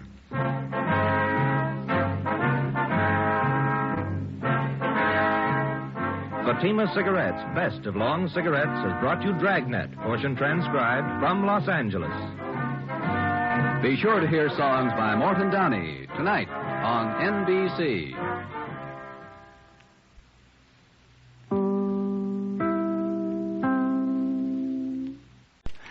And tonight's private detective is Brad Runyon, better known as the Fat Man. The Fat Man began airing on June 21st, 1946, and continued through September 26, 1951 on ABC. The series was sustaining for the first two seasons, but finally became a sponsored series, first by Pepto-Bismol, then by R.J. Reynolds, and finally American Chicle. J. Scott Smart starred as the overweight detective, weighing in at 237, or 239, or 241 pounds, depending on which episode you listen to. Jack himself tipped the scales at around 270 pounds, which, considering it was distributed over a 5-foot, 9-inch frame, meant that he measured up to the part with plenty to spare. Tonight, we'll hear the episode titled Murder Plays Hide and Seek from 1947. When your stomach's upset, don't add to the upset. Take soothing Pepto-Bismol and feel good again. There he goes, into that drugstore. He's stepping on the scale.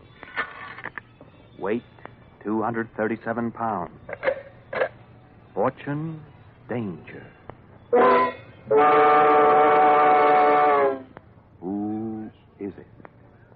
The Fat Man.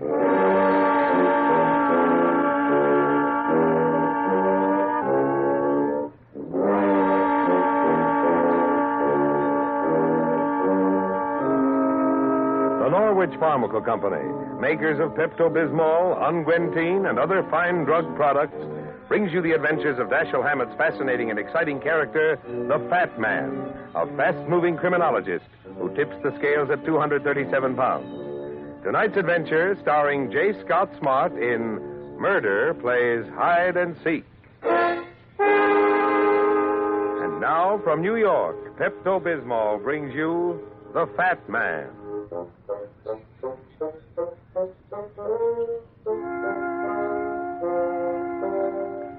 The housing shortage may be bad, but there's one place I know of that always has room for another tenant. It's a big gray structure near the river, and the windows are crossed with iron bars, and the landlord never asks you for a penny in rent. If you're an extra special customer, They even give you a private suite in a secluded part of the building that leads directly to a room with a heavy chair. That room is reserved for the guys who find out that they can't get away with murder. The fat man learned his business the hard way. But there's an easy way to care for an upset stomach. Just don't overdose with antacids or physics. Instead, take Pepto-Bismol, the gentle way to help settle and sweeten the stomach quickly.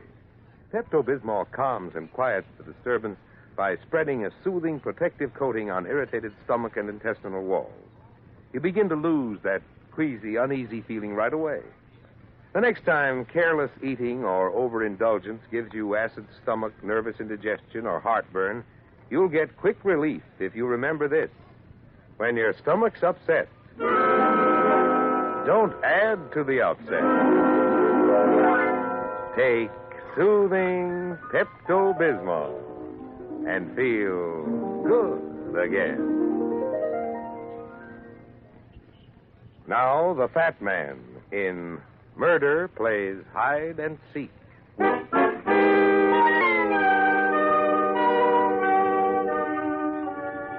Inasmuch as eating is one habit I find very hard to break, I usually prefer my clients to have enough cash to pay for my work. In Andy Maroney's case, however, I made an exception to the rule. I've known Andy for quite a while, and I can guess what he earns driving that hack of his around from dusk to dawn. With a wife and 3 kids, you can't afford any fancy fees for a private detective. It was almost 3 in the morning when Andy knocked on my apartment door.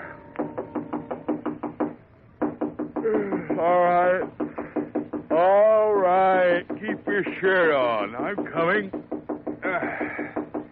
Who is it? It's Andy Maroney, Mr. Onion. The hacky.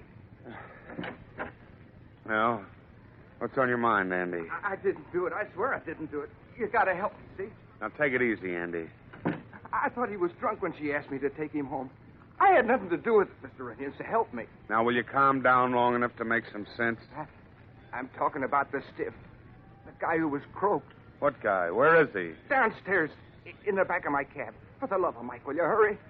Well, do you mind if I put some clothes on? I'll lose my license. I'll lose my job, and they'll put me in the cooler for 160 years. Here, hand me those shoes. You're a right guy, Mr. Runyon. Every hacky knows you're okay. You help me out of this, and I'll pay you back if it takes the rest of my life. Well, it's too long to wait. Put this one on the house. There we are. Now I'll get my coat. We'll be off. Okay, come on. I got the hack parked in the front of the door. As soon as I saw the guy was dead, I made a beeline for your flat. I figured I could explain it better to you than I could to the cops. You ever see him before? No. He was sitting in the back of my cab when I came out of the beanery. I only left the car parked for about 20 minutes while I got some sinkers and some Java. A blonde dame standing by the cab handed me $5 to take him home, so I figured he was drunk. Here, out this way. There's a hack. He's flopped over in the rear seat. What is this, Andy? A corny gag? Holy smoke. The stiff is gone. You must have been dreaming. He was there, I tell you, on the level. He was sitting there in the back 5 minutes ago. How do you know he was dead? Because I shook him. I felt his pulse. There was blood coming out of his mouth. Hey, wait a minute. What's this on the floor? It's his hat. That's the hat the guy was wearing. His initials are on the sweatband, CH. Where were you taking him, Andy?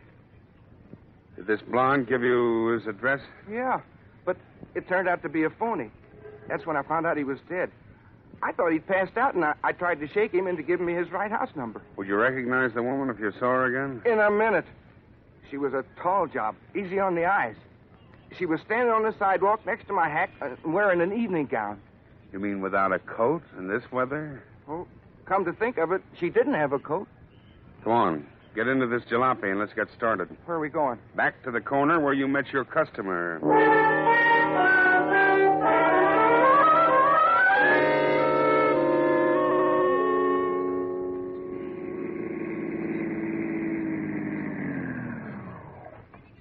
This is it, Mr. Runyon. Yeah. What's that joint over there? Nightclub? Yeah, the Venetian Blind. It's a fancy dump that gets the ermine crowd. Well, if that blonde wasn't wearing a coat, she must have come out of there. Well, it's almost 4 o'clock. The joint must be closed. Well, we'll try it anyway.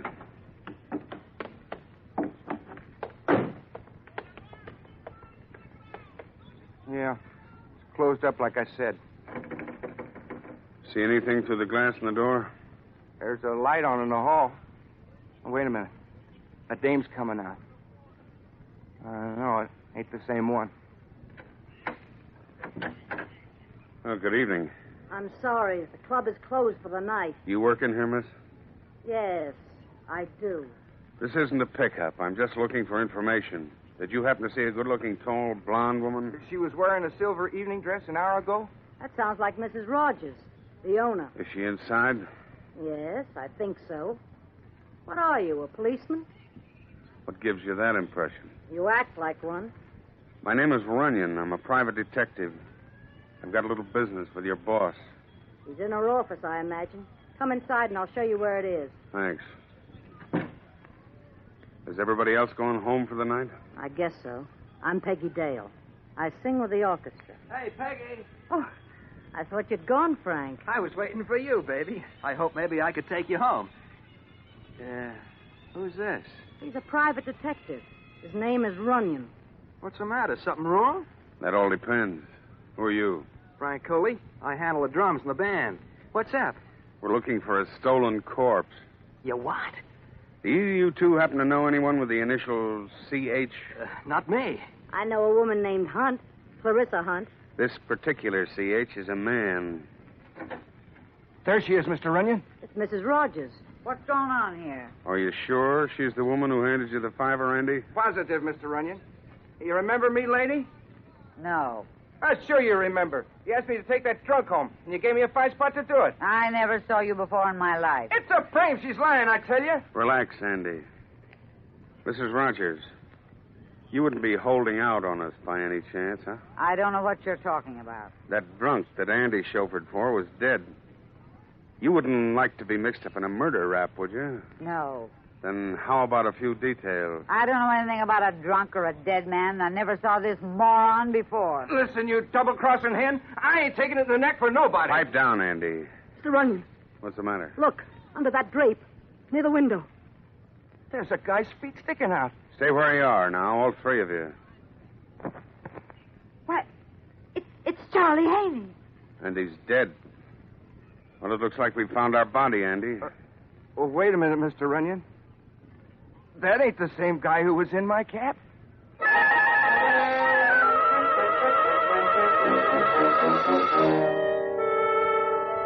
2 hours later, I was in Lieutenant Mackenzie's office at headquarters. The dawn was just about breaking, and I listened to Mac's autopsy report as I sipped a welcome container of steaming coffee. Charlie Haney was poisoned, Brad. Stuff was slipped into a drink. What about the blood on his mouth? Poison they used was dynamite. Brought on a hemorrhage. The guy in Andy's cab got his walking papers in the exact same way. I don't know. I'm inclined to think that Charlie Haney and the guy in Maroney's hack were one and the same. Why? Because the initials in the hat? That's one reason. And Maroney admitted the back of his cab was dark when he looked at his passenger. He's scared, Mac. He'll admit almost anything if he thought he'd save you a little trouble. Now, personally, I think we're dealing with two different killings, and both the victims have the same initials. Then what happened to corpse number one? Well, it's a cinch he didn't walk to a funeral partner to get himself registered. Well, I questioned the girl and the musician and Mrs. Rogers. You got any dope? No, not much. Charlie Haney was a jack of all trades around the Venetian blind. Did odd jobs for Mrs. Rogers. Sometimes he'd throw out an obstreperous customer. A bouncer, huh? He was big enough. Yeah, I'd say he was. Well, in any case, I had nothing on him, so I let him loose. I might have held Mrs. Rogers on suspicion, but her battery of lawyers would have sprung her anyway. What about Andy Maroney? Well, he's in the clear so far. I'm letting him go back to his cab, but I'm padlocking the Venetian blind while the investigation goes on. If you don't mind my saying so, Mac, that isn't a very smart move. No? Why? I think you'd be better off to keep the club open and give the killer a chance to show up again. Look, Brad, I'm going to ask you for a favor. Okay, shoot. Lay off this case. Why? Well, first of all, your client's in the clear, so that's taken care of. And secondly? I won't buy your theory about 2 victims. And it's the kind of a thing that might confuse the investigation. Sensitive, Mac? Now, you know better than that. I'm just saying that your guesswork is cockeyed. And I'm going to have enough trouble solving the murder of 1 victim without searching for an imaginary corpse. Hello? Yes, Mackenzie speaking. What? Oh. Yeah, I'll be right over. Here, Brad. Have a cigar. You look as if you're giving away a prize. I am. One of the motorcycle squad just picked up a dead man under the Queensboro Bridge. The initials on his wallet were C.H.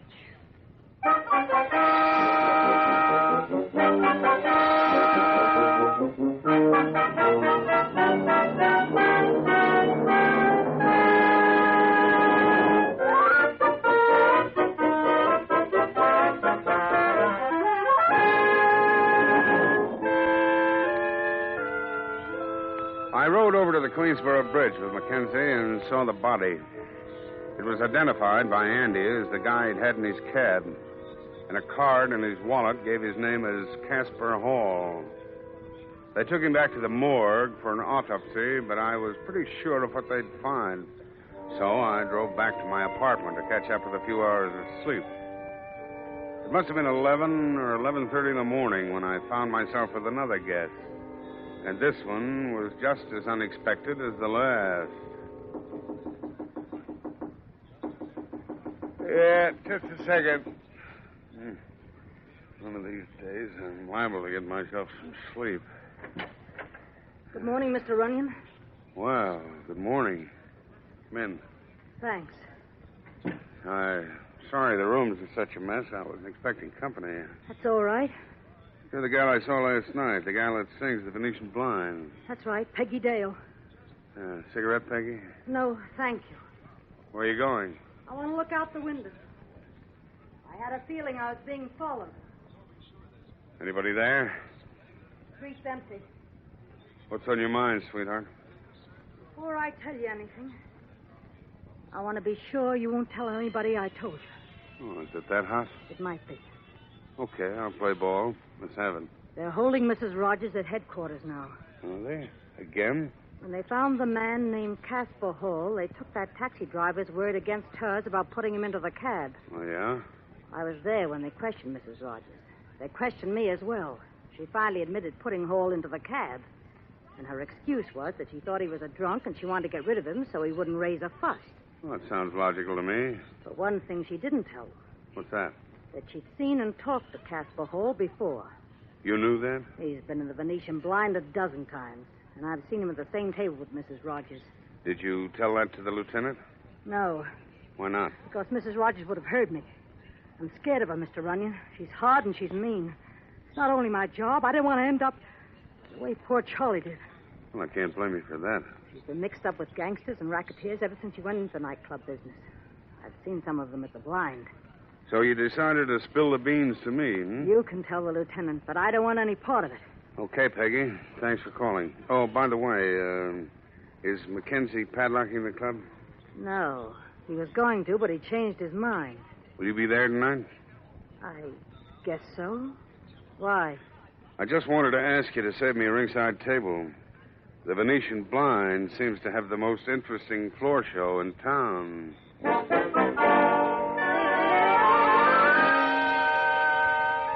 I checked with Mackenzie and gave him the dope, but he couldn't hang on to Mrs. Rogers. He didn't have enough evidence to get an indictment yet. That meant Mrs. Rogers would be back in her club that night, and so would I. I got in touch with Andy Maroney, who showed up at my flat about 10, just as I was putting the finishing touches to the soup and fish. Sit down, Andy. Be with you in a minute. Hey, you look pretty slick in that outfit, Mr. Runyon. Well, you said the Venetian Blind catered to the airman crowd, so I decided to get the dinner jacket out of mothballs. You know, I was just thinking. Yeah, what? My uncle. Yeah? What about your uncle? He was buried in an outfit like that. Stop being so cheerful. I intend to wear it vertically. You want me to drive you over? Yeah, that's why I called. There's something else I want you to do. Anything you say. When I go into that club, I want you to park outside and keep your eyes open. If I'm not out of there within 2 hours, get a hold of the police. Expecting trouble? I'm not expecting it, Andy. I'm looking forward to it.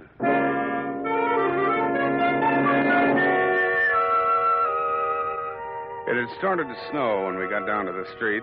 The night was crisp and cold. If I hadn't been so busy admiring the weather, I might have noticed that Andy's hack, which was standing in front of the door, was occupied once again. Hello, Mr. Onion. Oh, what are you doing here, Cooley? I want to talk to you. Okay, move over. Drive straight to the Venetian blind, Andy. Right. Don't drive to the blind. Let's go in the other direction. Say, who's giving the orders around here? I am. Hey, he's got a gun. Drive in the other direction, Andy, as the gentleman requests. I'd put that gun away, Frankie. Drums are safer to fool with. I'll put it away when I'm good and ready. Suit yourself. And I'll be ready when I put a slug in you. Been drinking? That's none of your business. Funny how a pint of booze makes a lion out of a mouse. I'll show you who's a mouse when we get out of town, fat man. Mr. Runyon. Keep driving, Andy. Yeah. Keep on driving. Unless you want the top of your head opened up for ventilation. Before you start popping that cannon, I hope you'll explain why you picked me for a target.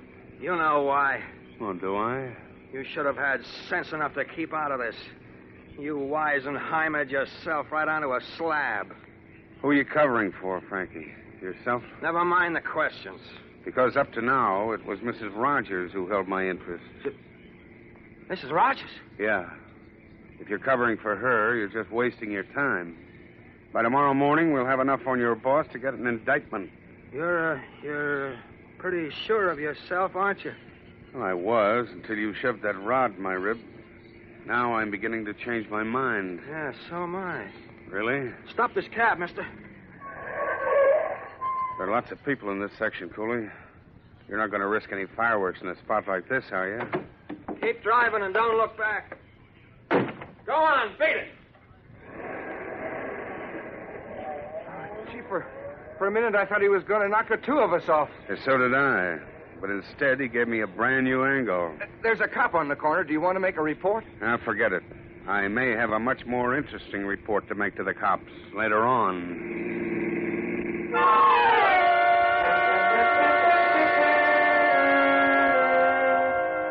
It was almost 11 when we got to the Venetian blind. The place was pretty well crowded.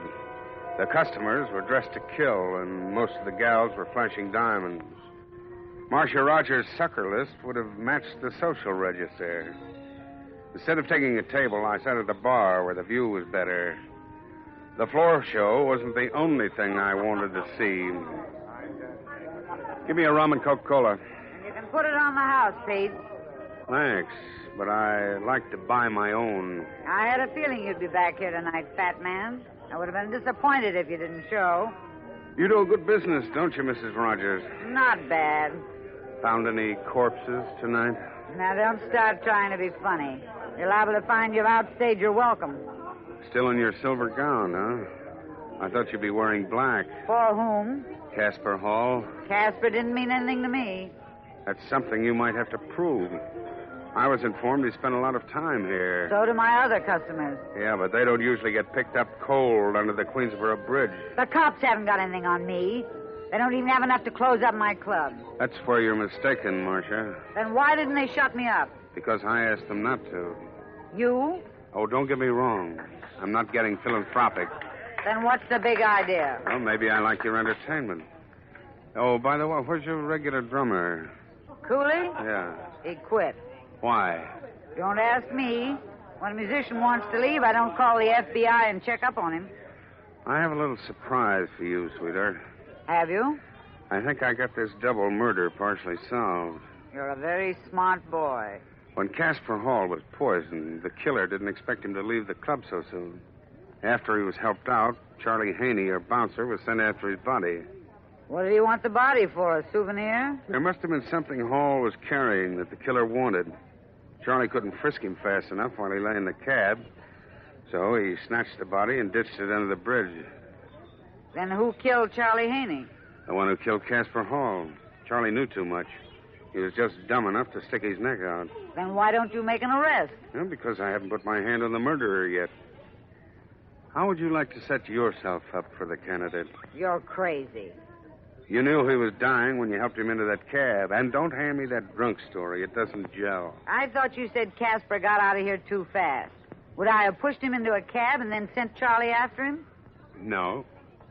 That's why I'm crossing you off my list. But I still think you're holding out.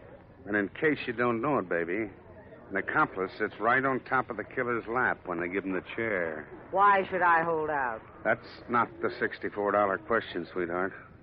The point is, why didn't you yell for the cops in the first place when you found Casper Hall 5 minutes from the grave? You want me to tell you why? Yes. Casper must have given you something when you put him in that cab. He gave you what the killer wanted and what Charlie Haney was sent out to get. Well, baby, how am I doing? You're doing fine. Come with me.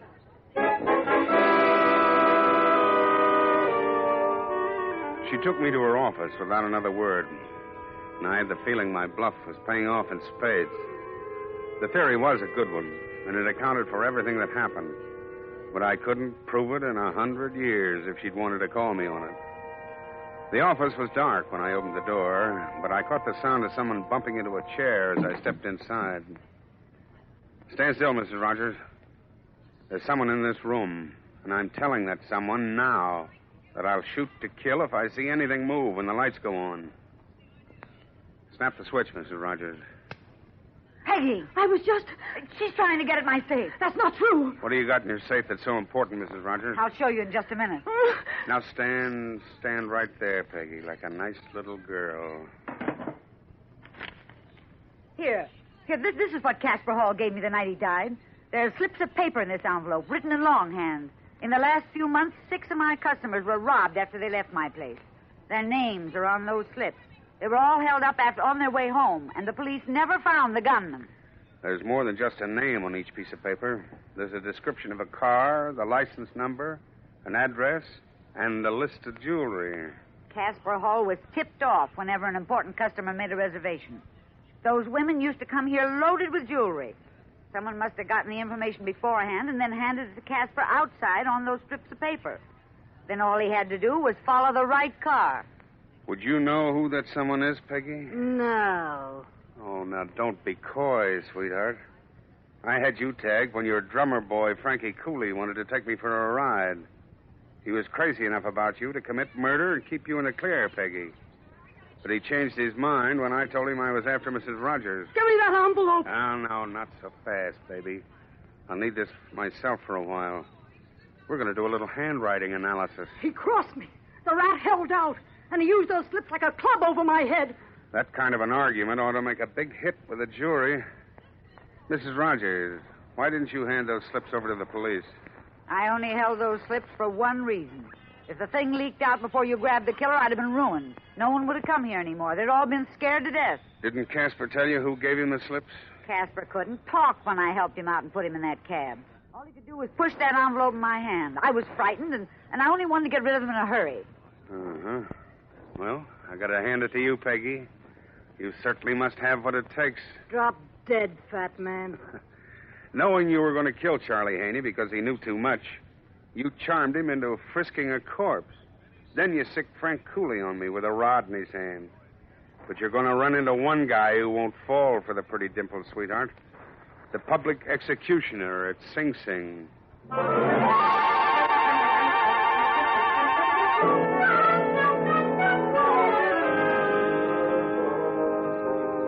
The Fat Man returns in a moment.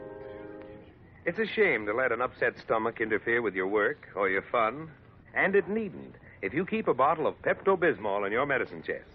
Pepto-Bismol helps you and your children to quick relief from sour stomach, acid indigestion, heartburn, and other common digestive upsets. This famous pink liquid helps settle and sweeten the stomach, calms and quiets that queasy, uneasy, sickish feeling. Get a bottle of Pepto-Bismol from your druggist tonight. Pepto-Bismol is a dependable product of the Norwich Pharmaceutical Company, also makers of unguentine, the first thought in burns. Next week, Pepto-Bismol presents Dashiell Hammett's exciting character, the Fat Man, in the adventure called Murder Finds a Decoy. And now, a word from the Fat Man. Ever since the beginning of time, the female of the species has been beguiling the male with her charms.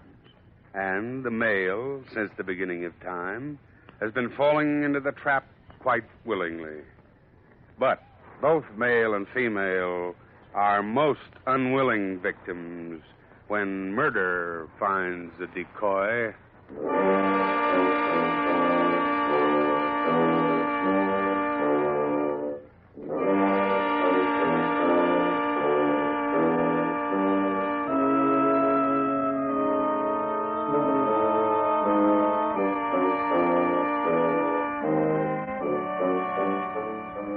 Tonight's adventure of the Fat Man, starring J. Scott Smart, was written by Lawrence Klee and directed by Clark Andrews. Music is under the direction of Bernard Green. Heard tonight were Helen Flint as Marcia and Joe Harding as Andy. Remember, when your stomach's upset, don't add to the upset. Take soothing Pepto-Bismol and feel good again. Charles Irving speaking. This is ABC, the American Broadcasting Company.